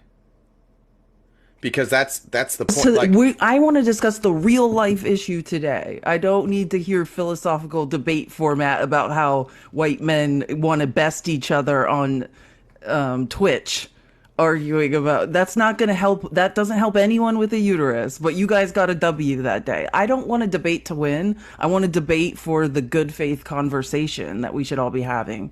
Yeah, the debate that starts with what's your position, and then they all walk through, like, because they've all heard it before, and then they walk through 20 steps, and they're like, okay, this is where we're at, this is where we're at, and then they're like, now we're going to talk about sentience. It's like, for fuck's sakes, like, you're literally talking about a person's, like, own body, and we're having a debate about it. And the hard part for me in watching most of those is that there's this level to those debates, or not level to this debate, there's a point in every one of those debates where there's friction, where neither side can get their point across, and then it becomes a bunch of usually white dudes yelling at women that they're emotional, right? And just saying like, oh, why are you so emotional about this? And that was the part that would infuriate me because our lives are on the line. Yeah, and that's the problem with debate. White males have no skin in any game, right? They're the least oppressed people in the society, so they're like, why are you so emotional?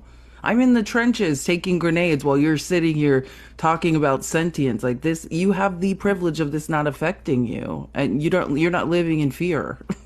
Yeah. Well, I'm glad you don't do them. I try and avoid that debate as much as I possibly can. Who was? Yeah, Parker advocates pro-life. I don't know if Parker's in here. You can talk to Parker about that. I don't share Parker's opinion. Somebody was in the box just barely. And we had somebody was saying that there we were. Let me find this. Can somebody invite? Who was it that Coyote 6183? Coyote says using government costs too much money. It's horribly inefficient. Also said I seem like the type of person that can't do anything without the government holding my hand. Coyote, you're welcome to come up and talk about that. We'd love some debate at some point today. I don't like just hearing myself talk. We have drawn out an ANCAP. I don't. Oh, did you? Was this your doing? No, I'm saying, is that he sounds like an ANCAP? Yeah, it's a silly thing. It's silly. I don't think you could live your life with the government holding your hand. I don't even think that's an option in this country. I'm pointing out Cool. the irony of Lauren Boebert yelling taxation is theft when she is paid by the U.S. government. Does anybody see the overwhelming irony of being on the House floor as a government employee, screaming at the top of your lungs, taxation is theft? It's like, follow that line of logic, Lauren. You're robbing us all. By your own logic, you are a thief. She doesn't know that. She doesn't. She has no idea. Where is Coyote? She was. We talked about this earlier, but do you think there will be a reckoning within the GOP? Do you think, or I guess when will that reckoning happen, where they will realize that at some point they picked the dumbest people and this is a losing battle? How much more losing do they have to do before they recognize they have to make a change? Well, they're going through the stages of grief, right? What are the stages of grief? Like, first it's like rage, and then it's like sadness, and then it's like bargaining. You're like, well, if I'll do this, if like just like the Republican Party doesn't implode, you know what I mean?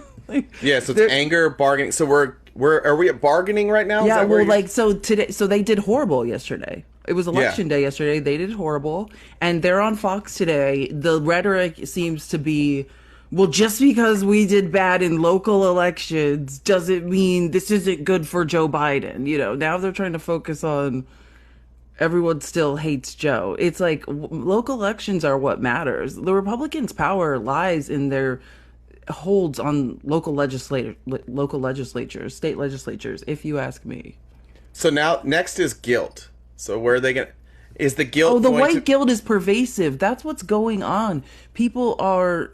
like, that's what it is people waking up and seeing like, oh, this society is structured in a way that is systemically racist, and being faced with that's why we want to take anti-racism education and anything about slavery out, because they don't want people knowing, they don't want people seeing, oh, this is what happened. And once people do start seeing, the reaction can be like you're like, oh, I'm a rational person. I've been presented with facts. I'm learning things. And now I understand, my worldview is changing. That's what a rational human being would do. That's like bad views, right?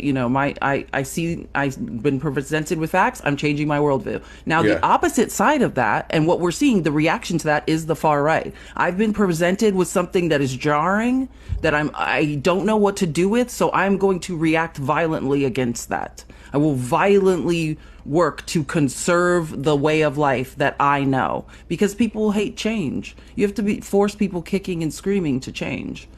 So how do you think the Republican Party, the big voices, the ones who gained more notoriety, more power, pre-Donald Trump, it was like Ben Shapiro, right? Ben Shapiro was the man.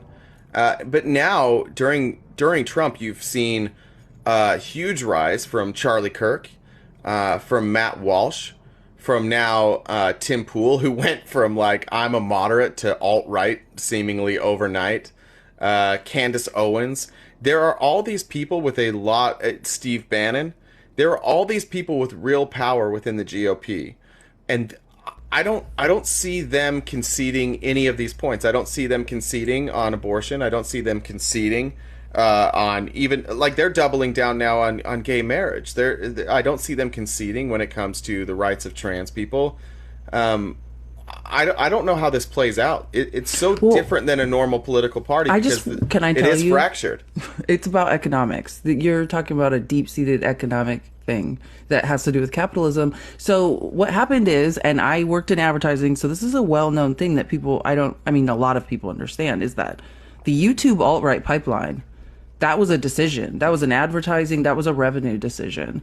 The YouTube alt-right pipeline on YouTube is largely known to have created MAGA. It was single gamers, right? Single male gamers who did not have a group around them of friends to reality test and say, this is crazy. It would start with like a Ben Shapiro debate. That was the gateway drug to the YouTube alt-right pipeline. And then you end up, next thing you know, you're a flat earther wondering what happened to you. But think about the hours and hours that each one of these single male gamers was spending on YouTube. All of that time they can run ad content against.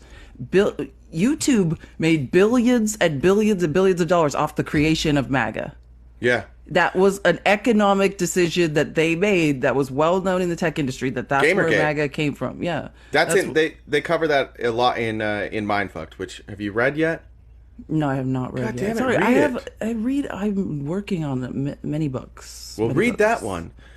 My youngest brother he loves gaming, and he same thing. Like he didn't really want it. He moved to Phoenix, so he had left like most of his friends behind. He moved here. He was working from home, and then he would just game. And he wound up in these Discord groups, and it was interesting. He's smart enough. Jack Teixeira's. Yeah, I don't know what group he was The in. secret documents.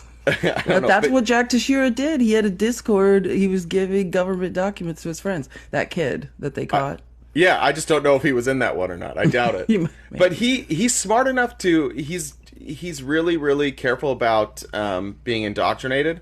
So he was in these groups, and he started texting me all sorts of like alt-right questions, and it was interesting. But that's what he said. Like it starts off for him with like he's from a predominantly white area where like racist jokes are just they're not hurting anybody, so you don't see the impact of them, right? Yeah. So you make a racist joke, nobody's really hurt, it's all fun and games, there's no impact. So it starts with that in those groups, and that's what he said. He's like, yeah, I just had these friends who would like they would make a bunch of schmotzy jokes, and they would make a bunch of anti-Semitic jokes. He's like, but then like as it got bigger, he started asking more questions, and what was interesting is suddenly he was like, out of nowhere, he was like, I fucking love Elon Musk. It's like, I love Elon. Oh, that's one of the stages. That's one of the stages. And we're all like, wait, what? Elon? And then there's just been like little things, and he's really open-minded. My youngest brother is a sweetheart, super open-minded. So he won't take any of that at face value, but it's been interesting to see how those online communities get so co-opted by the alt-right. Let me tie it together. I want to tie it back together for you really quick, because what I was talking about, you were talking about Steve Bannon and Matt Walsh and Ben Shapiro, and I'm telling you that what they've made is an economic decision. When the YouTube alt-right pipeline was created to make YouTube the billions and billions of ad revenue, what popped up were these cottage, media companies like Daily Wire, who had an opportunity to capitalize off that revenue. Whoever would get into the YouTube alt-right pipeline and make content for it became wildly, wildly rich. MAGA has become now a financial vehicle and a cottage industry in capitalism. And the Daily Wire, which is owned by Ben Shapiro and Matt Walsh, is a perfect example of a company that got wildly wealthy off rage farming. Yeah.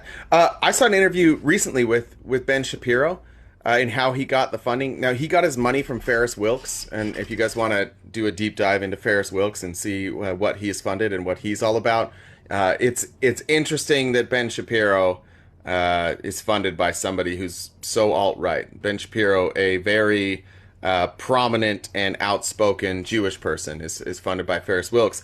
But Ben Shapiro's pitch to him, I heard this the other day, and I was like, it was Ben Shapiro saying this. He's like, he went to Ferris Wilks, and he basically said, Ferris Wilks said, well, I get pitched on right-wing stuff all the time. Why would I choose you? And he's like, because I'm going to make you a whole bunch of fucking money. Because I know how to do this.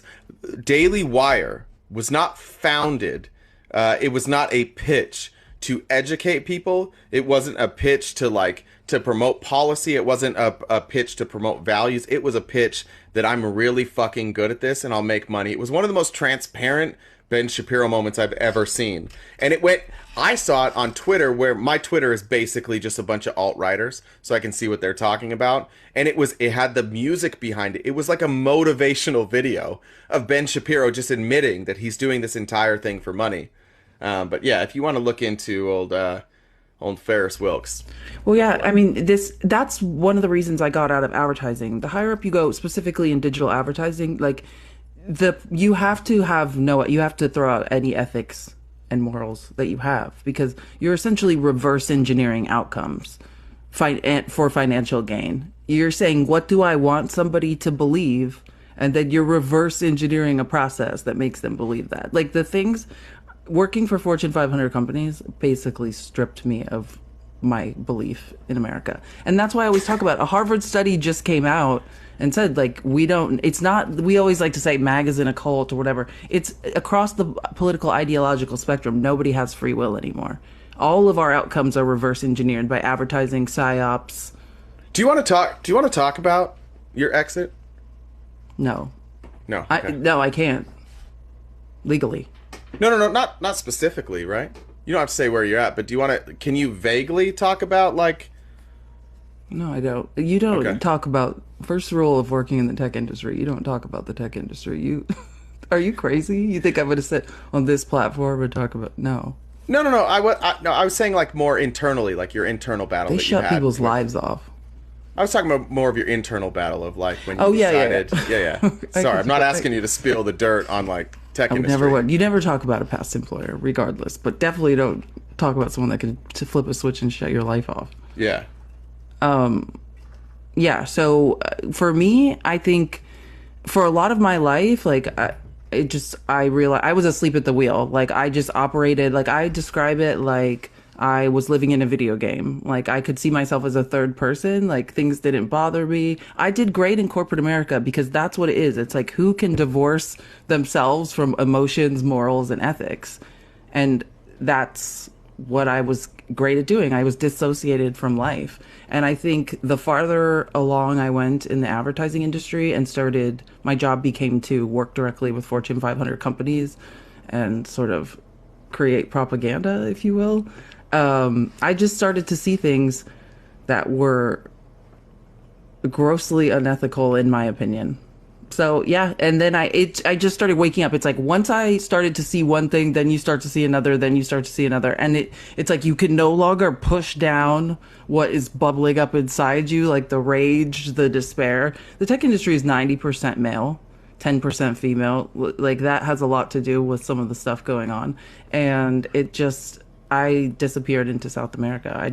I started the last 6 months of my job. I just pretty much sat there, like, planning to disappear into South America and like change my life. And then once I went to South America and I was living like in the jungle for a while, like then in seeing communal societies, like actual communism, no stateless, moneyless, classless societies, trading goods and services and sustaining themselves, it was like life changing. And I had all of this stuff, like I like liquidated all my things, like capitalism, consumerism, like it's a disease. And I don't know what I'm doing. Like I'm working on figuring out what I want my role in capitalism to be. Like how can I make money ethically, like align my values with, how to survive. And that's sort of what I'm figuring out. Yeah. As you, do you remember, was there like obviously can't go specifics. Is there a catalyst or like a tipping point that you remember? Was there like a fuck it moment?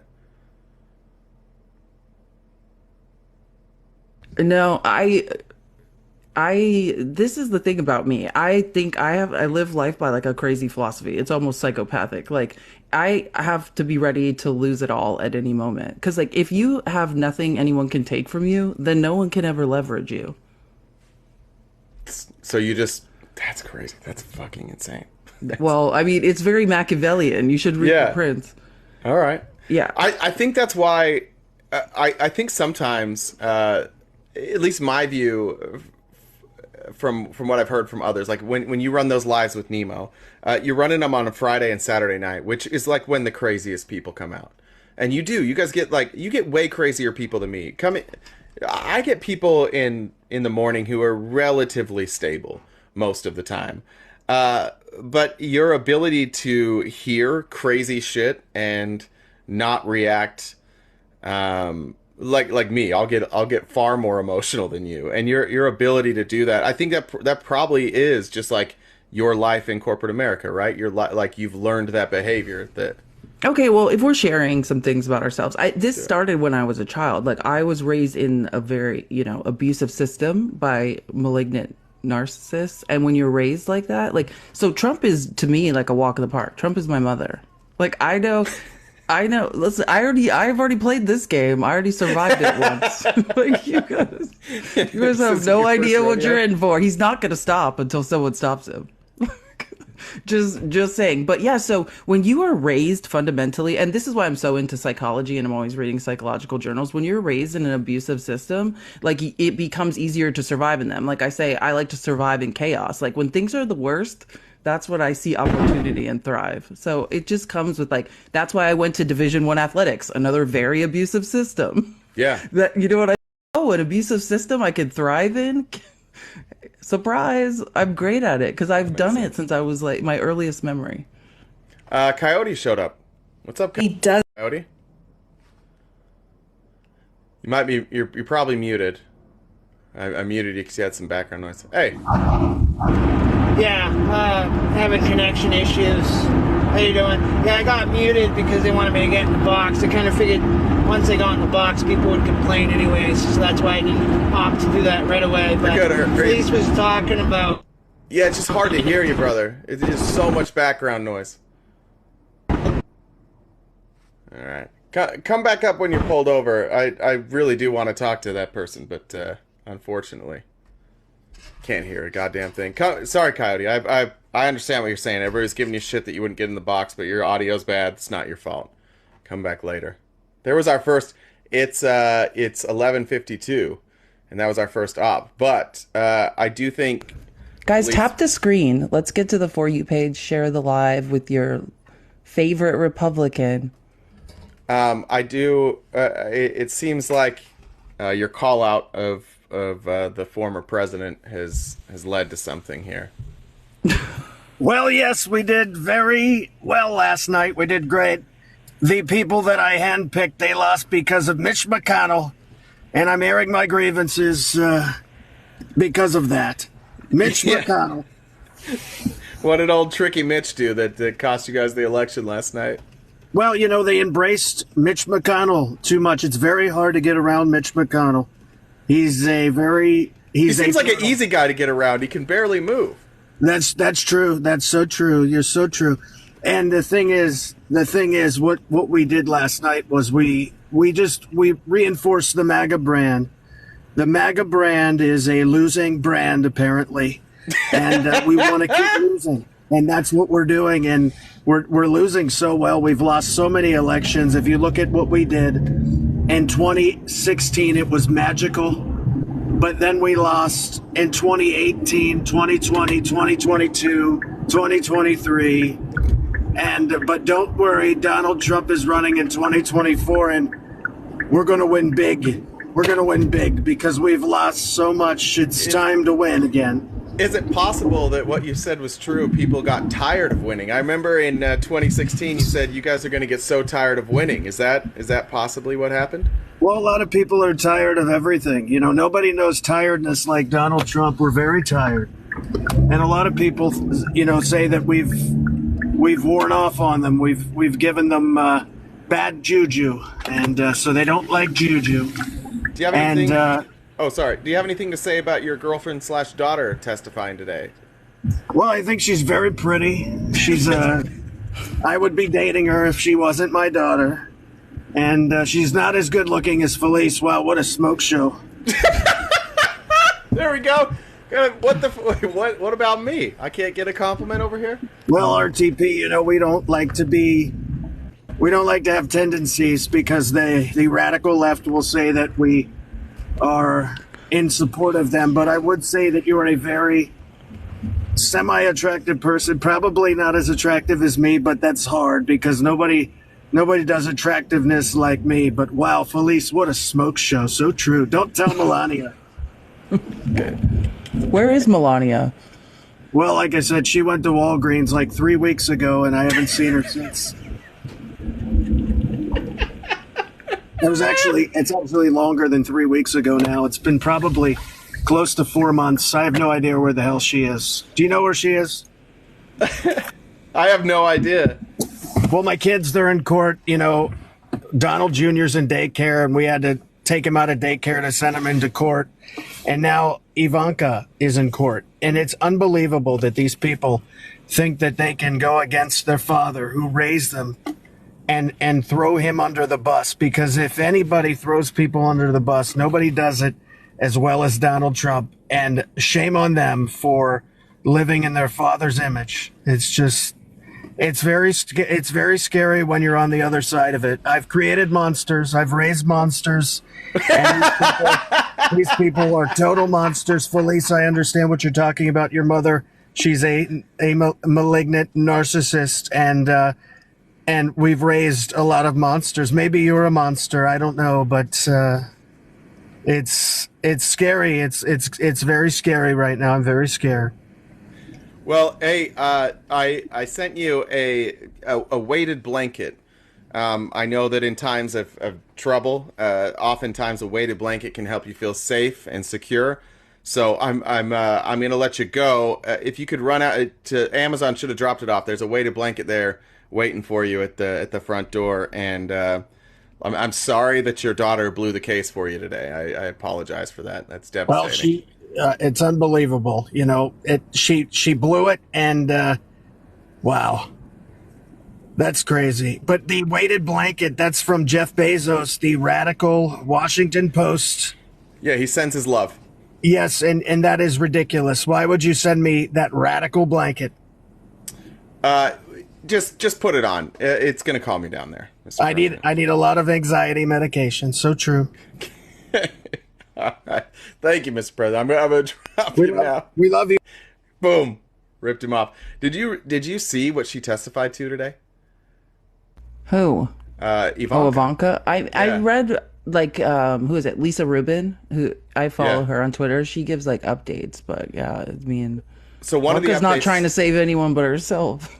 Well, one of the updates that came out today is that Attorney General Letitia James apparently had some ammo in her pocket. The final agreement for the Deutsche Bank loan required that Donald Trump, as the guarantor, had a minimum net worth of $2.5 billion. Originally, it was $3 billion. That's what the bank was requiring, and it was 2.5. But she pulled out. She has an email that shows that Ivanka personally proposed a change to lower the net worth requirement for her father to $2 billion. And she admitted that she knew that her father was overinflating his net worth, which at the time he declared was $4.2 billion on the statement of financial condition. So she threw her husband under the bus earlier, and then her father under the bus. It's back to back. Ivanka's just wreaking havoc on this. Well, originally she said, because they asked her the question before the evidence, and she said no. And then they're like, well, you know what I mean? Here's an email. Here's the thing about that. Here's the thing about your answer. It seems like you're lying. Yeah, bless her. She tried to get away. But this is something I want to say about Don Jr. Like Zpac always says that he's dumb. Don Jr., and if you listen to Michael Cohen's podcast, or the one Mea Culpa, like he always talks about Don Jr. is the smartest child. He is the genius of the children. And like you always say you have sympathy for the Trump children. Well, I'm telling you, I was raised by a malignant narcissist, and like I understand what Junior's doing. Junior has a substance abuse problem because he's in living hell. You know what I mean? He's desperate for his dad's love. He will do anything to try to get his dad's approval. He can't get it, and it's slowly killing him. Trust me. I understand that life.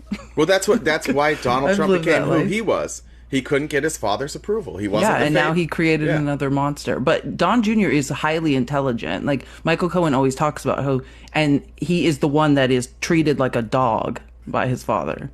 Michael Cohen said like it would be so uncomfortable in meetings because Trump would just go off in front of like 10 people and just dehumanize Junior. Well, he was mad at Junior originally because as Junior came out of school, he wanted nothing to do with the family business. He moved to Colorado. I'm trying to remember what he was doing. It was something like it was so far outside of what they did, but then essentially Daddy said like, hey, you're going to be part of this or you're not. Like, you're either going to get this money or you're not. And Don Jr. came back. But from everything I've read, Mary Trump's book, did you read her book by chance? Probably not. I did not read her book, but I've like heard her talk about it. You know what I mean? I follow her on Twitter. Her explaining like what happened with Don Jr., and who he was, and then essentially those substance abuse problems, according to her, happened exactly like you said. When he came back into the fold, he was constantly publicly being humiliated. He was being called dumb by his dad in front of people, in front of business partners. Because that's the truth is that Donald is threatened by anybody, including his own children.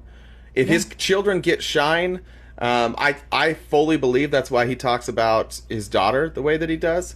Is because he wants to put the emphasis on her looks and her beauty, and he doesn't want to talk about either you're with a narcissist, they're God, right? So either you're in direct competition with that, which is like Junior and Eric. He will not let them rise up. He does not want to see his sons succeed. You see that every day. He stifles them. And then in Ivanka's case, you're a direct extension of the narcissist. Like, he sees, like, she is me. Any praise she gets for her looks is because of me, because of my DNA. Both are terrible. Whether you're the golden child or the scapegoat in a narcissistic family, it's awful. Now, interestingly enough, I don't think she has anything to lose here in this case. She's not really part of the Trump organization. She's not going to be hurt by any of this. So it's interesting to see, like, the testimony bringing down the family. And she essentially, ever since January 6th, she's like, fuck it, I'm not doing this with the family. She's not out there campaigning. She's not out there defending her dad. You don't see a coked up podcast from her, which would be fun. But she left the family a long time ago. So it shouldn't be terribly surprising that she's showing up now and just like, yeah, I don't care. I'm not going down with these fuckers. And I do feel bad for Eric and for Don Jr. They've been told what to do. They have to listen to their dad, and they're going to go down. This is going to ruin their life too. Yeah, it's that Stockholm syndrome. They're in love with their captor. Like, the Stockholm syndrome is the phenomenon when you start feeling empathy for your captor, like kidnapped victims or like in hostage situations. They have Stockholm syndrome. You'll do anything for approval, and that's what you see them doing. Whereas, like Michael Cohen says, Ivanka is like a robot. Like, she cares about her image. Like, she won't give a non-scripted interview. There has to be a script. He's like, I don't think I ever saw like a real moment with her. But that's also probably a defense mechanism. Yeah. Give me 1 second. I keep getting a phone call. Can you cover it for a second? Give me 1 sec. What should we talk about? Predicted outcomes, with the onset of AI and stuff. Like I said, we could experience like some rare singularity, and AI makes our lives easier, and we need to work less. Because of AI, because of automation, we should be able to work less and have more leisure time. That is one of the predicted outcomes, that technology, that data could make our lives significantly better. I think using the data and the conclusions from the data will never, in the long run, like you said, help the billionaire class. I mean, it's going to lead towards more socialism and those types of ideas. It seems like the sort of regressive, I see sort of a parallel thinking in convincing people to buy gold. Like, it's a regressive idea because we don't use gold as a currency. But if you have the most money in the world, all you have to do is get the most people to invest in the same thing and do it with foresight to have already invested in that thing. And like, there's nothing more inert than gold. Like, ideas and data and governments, everything is like unpredictable and shifting. And so these regressive models basically just lean on predictability. Regressive models is not what I meant, but regressive ideas. I was with you. Welcome, Mr. Jones. What's up, man? I saw a red wave coming this weekend and it didn't pan out the way that I thought.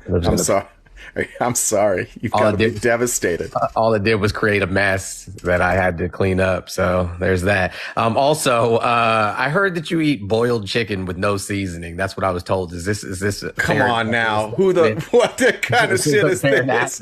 What happened? With white rice on top of that. It's devastating. That's devastating.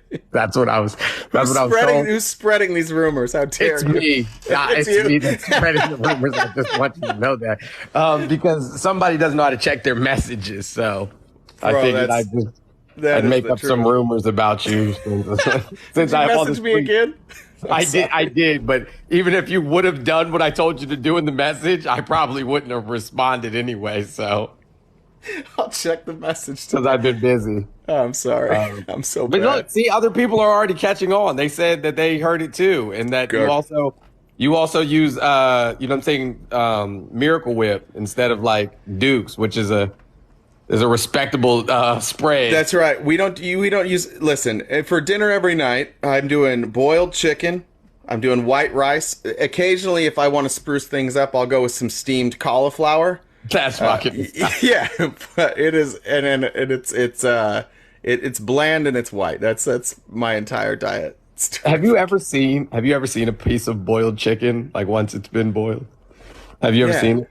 Yeah, dude. Like my mom was literally the worst cook in the world. I love her dearly. She was a horrendous cook. If you think for 1 second that I didn't eat boiled chicken when I was a kid, you're out of your goddamn mind. Of course we did. She would make this awful. It was like a casserole. The ingredients were. Y'all love some casseroles, don't you? Bro, we loved it.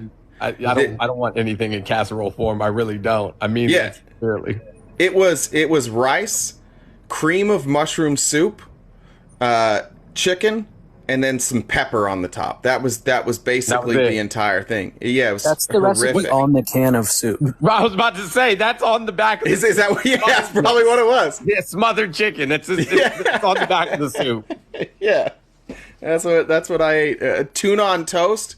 Which I don't know if you guys ever had that. That's another, I think maybe cream of, one of the other cream of, what's the other cream of celery? Broccoli? Cream of celery. Is there cream of celery? There is cream of celery, yeah. That's disgusting. But tuna on toast, I think we call that a sandwich. I'm not sure about that.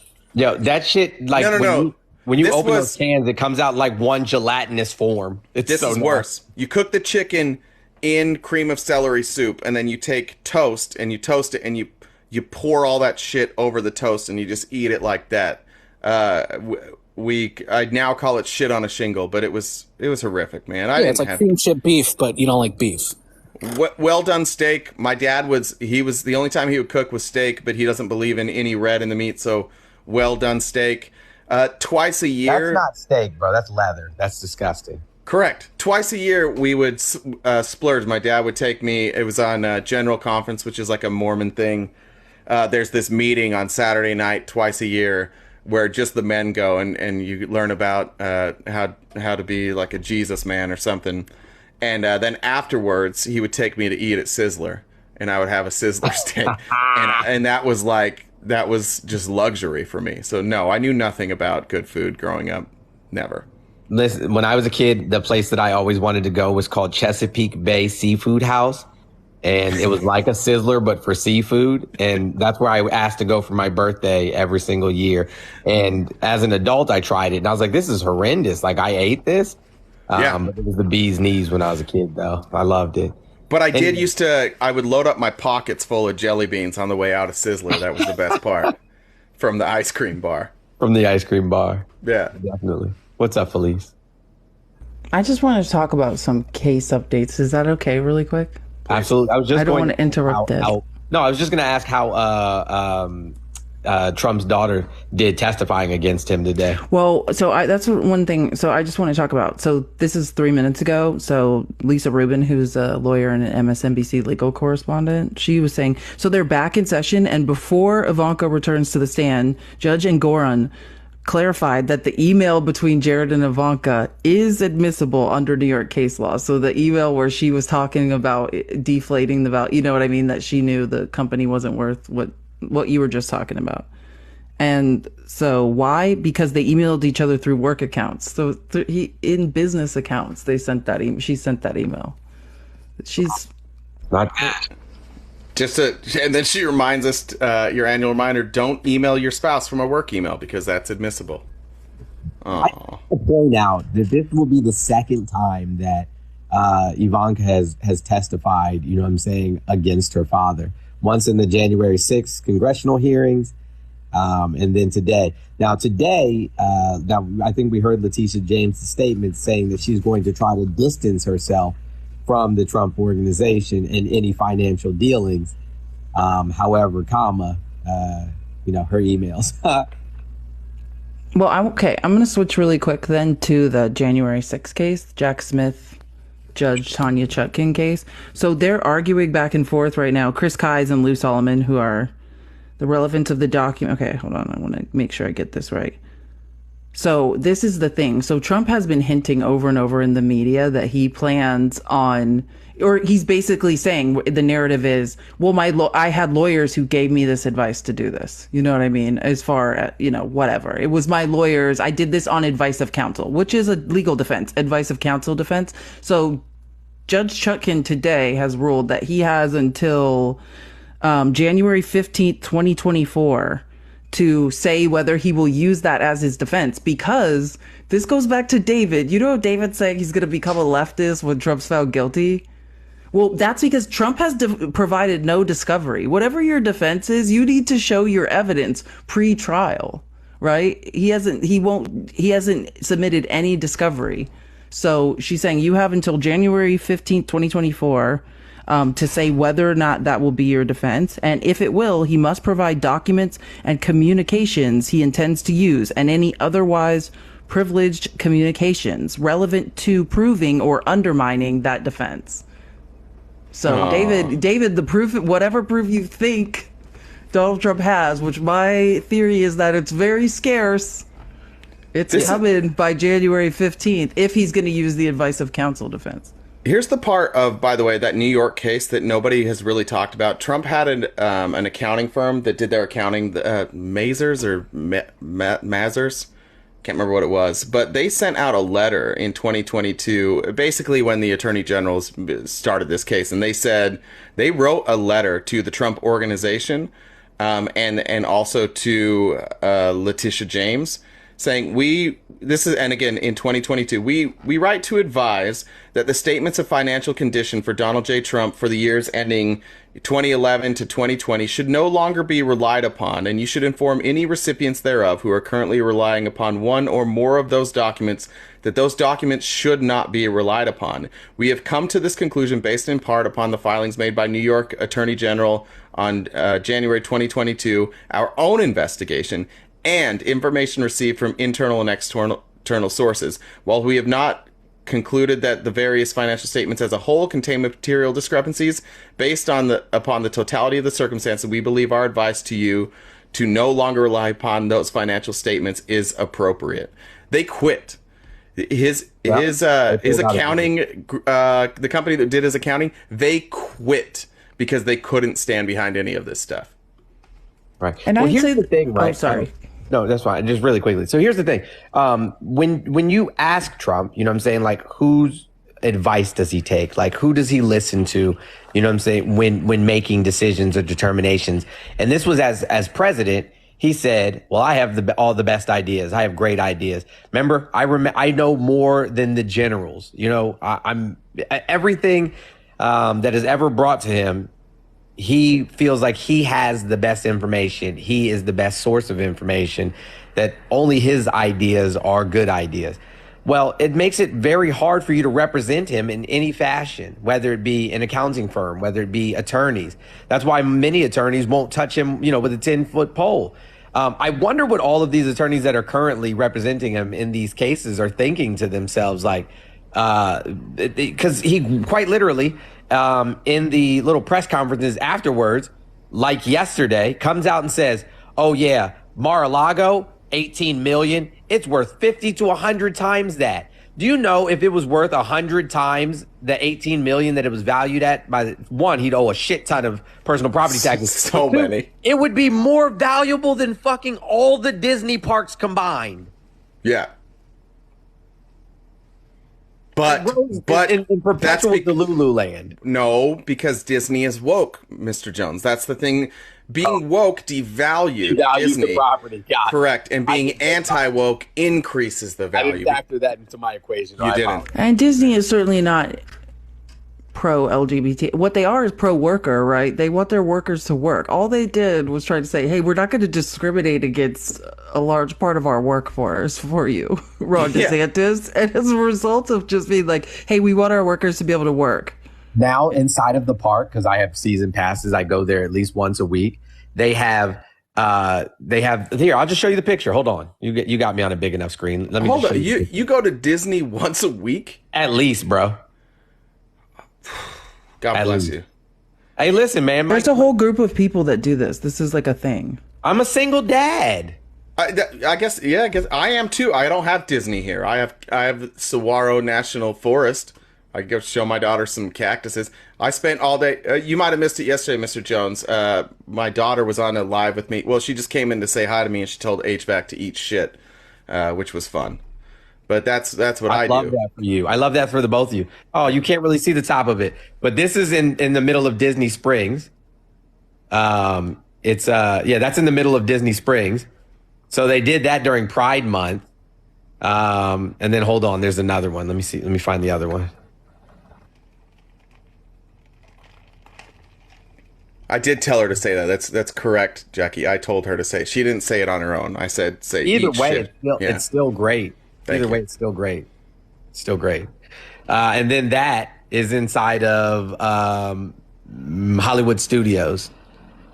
That's inside of Hollywood Studios. So they put up a whole bunch of pro LGBTQIA plus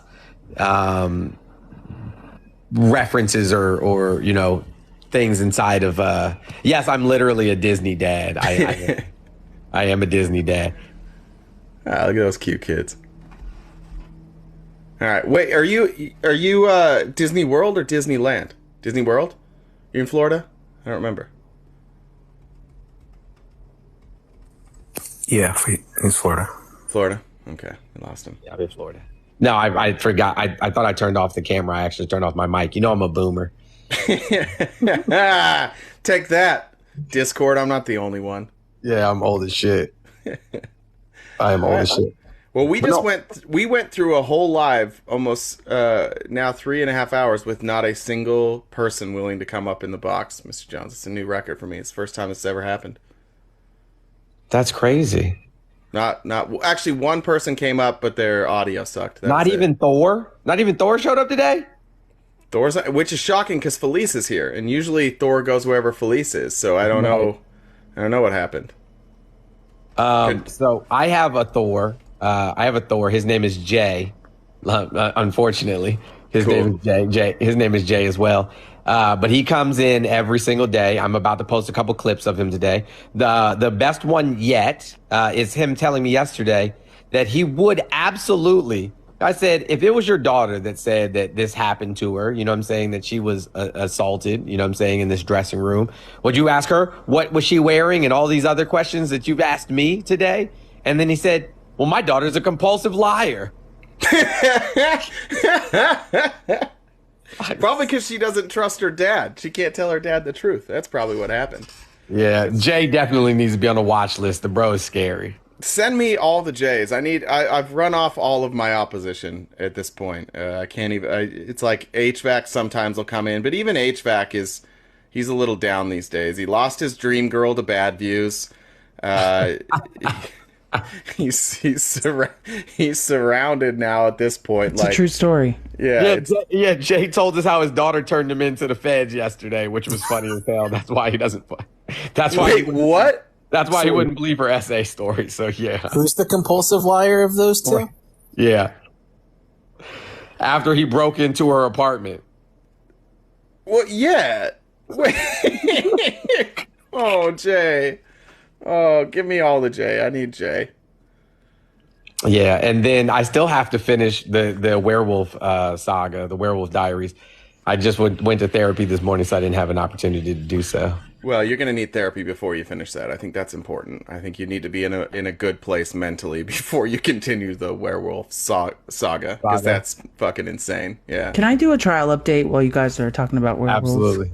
Okay, so this is again from Lisa Rubin, who's an MSNBC legal correspondent. She's inside the courtroom. She said, so they're talking about communications. Like I said, this is a paper trail that David Orowitz wrote to Alan Weisselberg, who's the CFO of the Trump administration, who is one of the only people besides the only person besides Michael Cohen to go to jail for Trump. He's still in jail, isn't he? Okay. So Ivanka wanted me to change the gap section, meaning that's the quote they're asking her about. She wrote to David Orowitz to change the generally accepted accounting principles section in the business document. Generally accepted accounting principles, that's like business B school 101. You can't change them. Remember, I learned that it was Business School 101 from Don Jr. when they said what is GAAP, and he said generally accepted accounting principles. I learned it accounting 101 at Wharton, and then they said what does that mean, and he's like, I don't know. I think that's basically how everyone feels about it. But yeah, you can't. She's editing the generally accepted accounting principles. Yeah, so she's all up in this. That's the point. She literally who reported this? David Orowitz in a communication to Alan Weisselberg, who's the CFO of the Trump organization. Yeah. Yeah, they're saying Ivanka told me.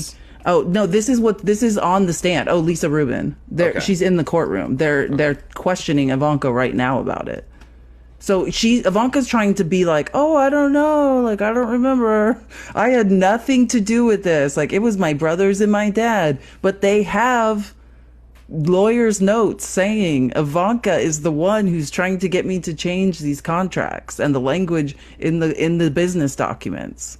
Oh no. Yeah, like that's what I'm trying to say. She's caught up. This is Oh no, poor Ivanka. She did her best to stay out, and now she's caught. Yeah, are they going yeah, well listen, she got. Ivanka has gotten got. She'll be a Democrat by the time this is all over. Anyway. She's been a Democrat the whole time. I know. Yeah. They're moderates. They're neo-libs, neocons. They've not. Oh, absolutely. Yeah, you would think. Yeah, somebody said she's probably one of the smartest kids. But what are we really saying? Like when the bar is set, you know what I'm saying? Like in the underbelly of hell. I don't know what we're really saying in this instance. But I just want to point out, like, will Eric Trump specifically, but will these children be, criminally prosecuted for perjuring themselves on the stand?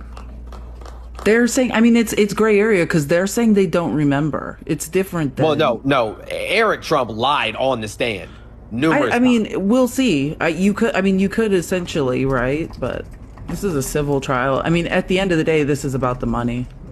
Facts. Isn't Tiffany the smartest for just staying away? I agree with that 1,000%. My vote's for Tiff. I know Barron's doing a good job too. Barron has stayed largely out of the fray.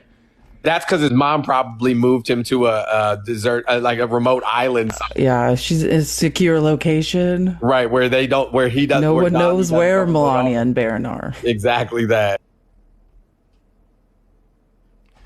All right. Well, look, I think I'm going to shut it down because we're going to do the debate later tonight. Who are you guys debating tonight?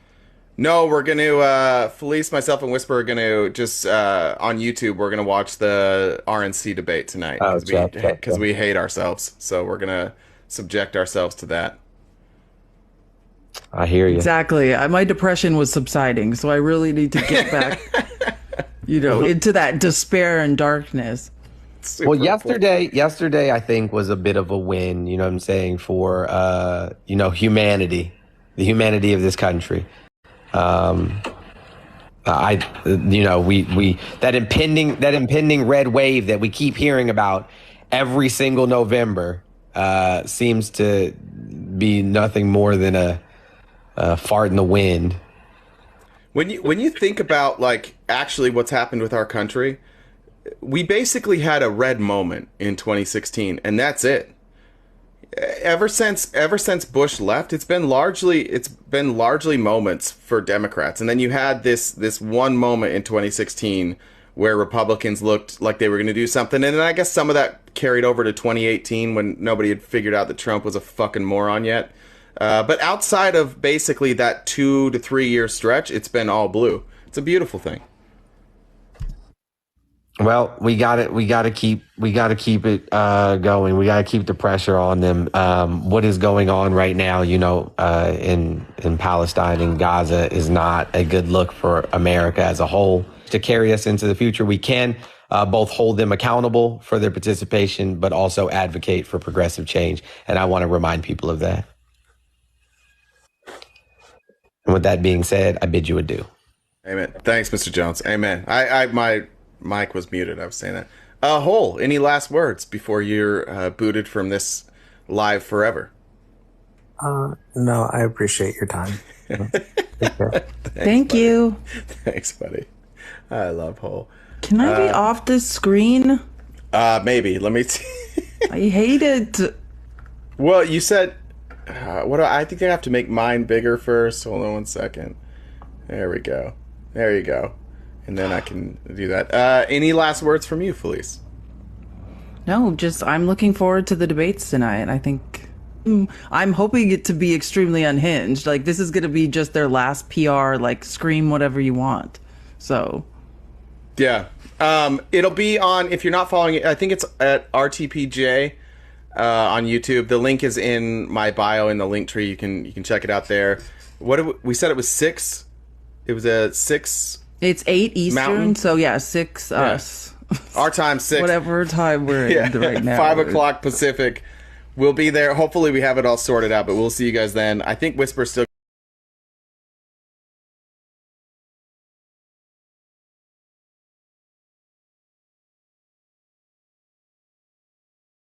for him to get on that. You put out a lot of propaganda yesterday. I did. I mean, that's my business. Advertising. Yeah. Okay. That's what I do. Thanks, Felice. Thanks for saving me today. This would have been 4 hours of me talking by myself, so I appreciate it. No, I know. I couldn't handle it. I had secondhand embarrassment. Okay. Thank you. See you later. See ya. Bye. That's going to be it for me today. I'll see you guys tonight. I'll see you probably on Whispers Live. I don't have my daughter on Wednesdays, so I will be here. I'm gonna go find some nail polish remover. Gonna head to Trader Joe's and maybe get myself a bagel at Einstein's. It's gonna be a wonderful afternoon. Thank you for all you cowardly Republicans for not doing a goddamn thing today and hiding and just pretending that didn't happen to you yesterday. Eventually, it will be safe for you to come out from under the rock. But until then, you're welcome to join us. You're welcome to vote blue and stop being embarrassed. That would be probably a good thing for you. You could show your face. You don't have to be called an idiot anymore. Go ahead and shoot me a DM. We can point you in the right direction. Again, tonight on YouTube, we'll be live for the debate. You'll be able to watch this replay on YouTube later today. Discord link, if you need that, shoot me a message, or Jen, or IB, or Korean Leftists. Don't send it to Felice. She doesn't know what she's doing. I don't think Whisper's here. Don't send it to Whisper. If you'd like to join the Discord, feel free to send us a message. And that's it. I had links for stuff, by the way, that well, I'll talk about that tomorrow. Fuck that. File that police report. And I'm gonna have to go file a police report too for my wallet, because that gas station owner's being a dick. But I will see you guys on Whispers Live, and then I'll see you later tonight. See ya.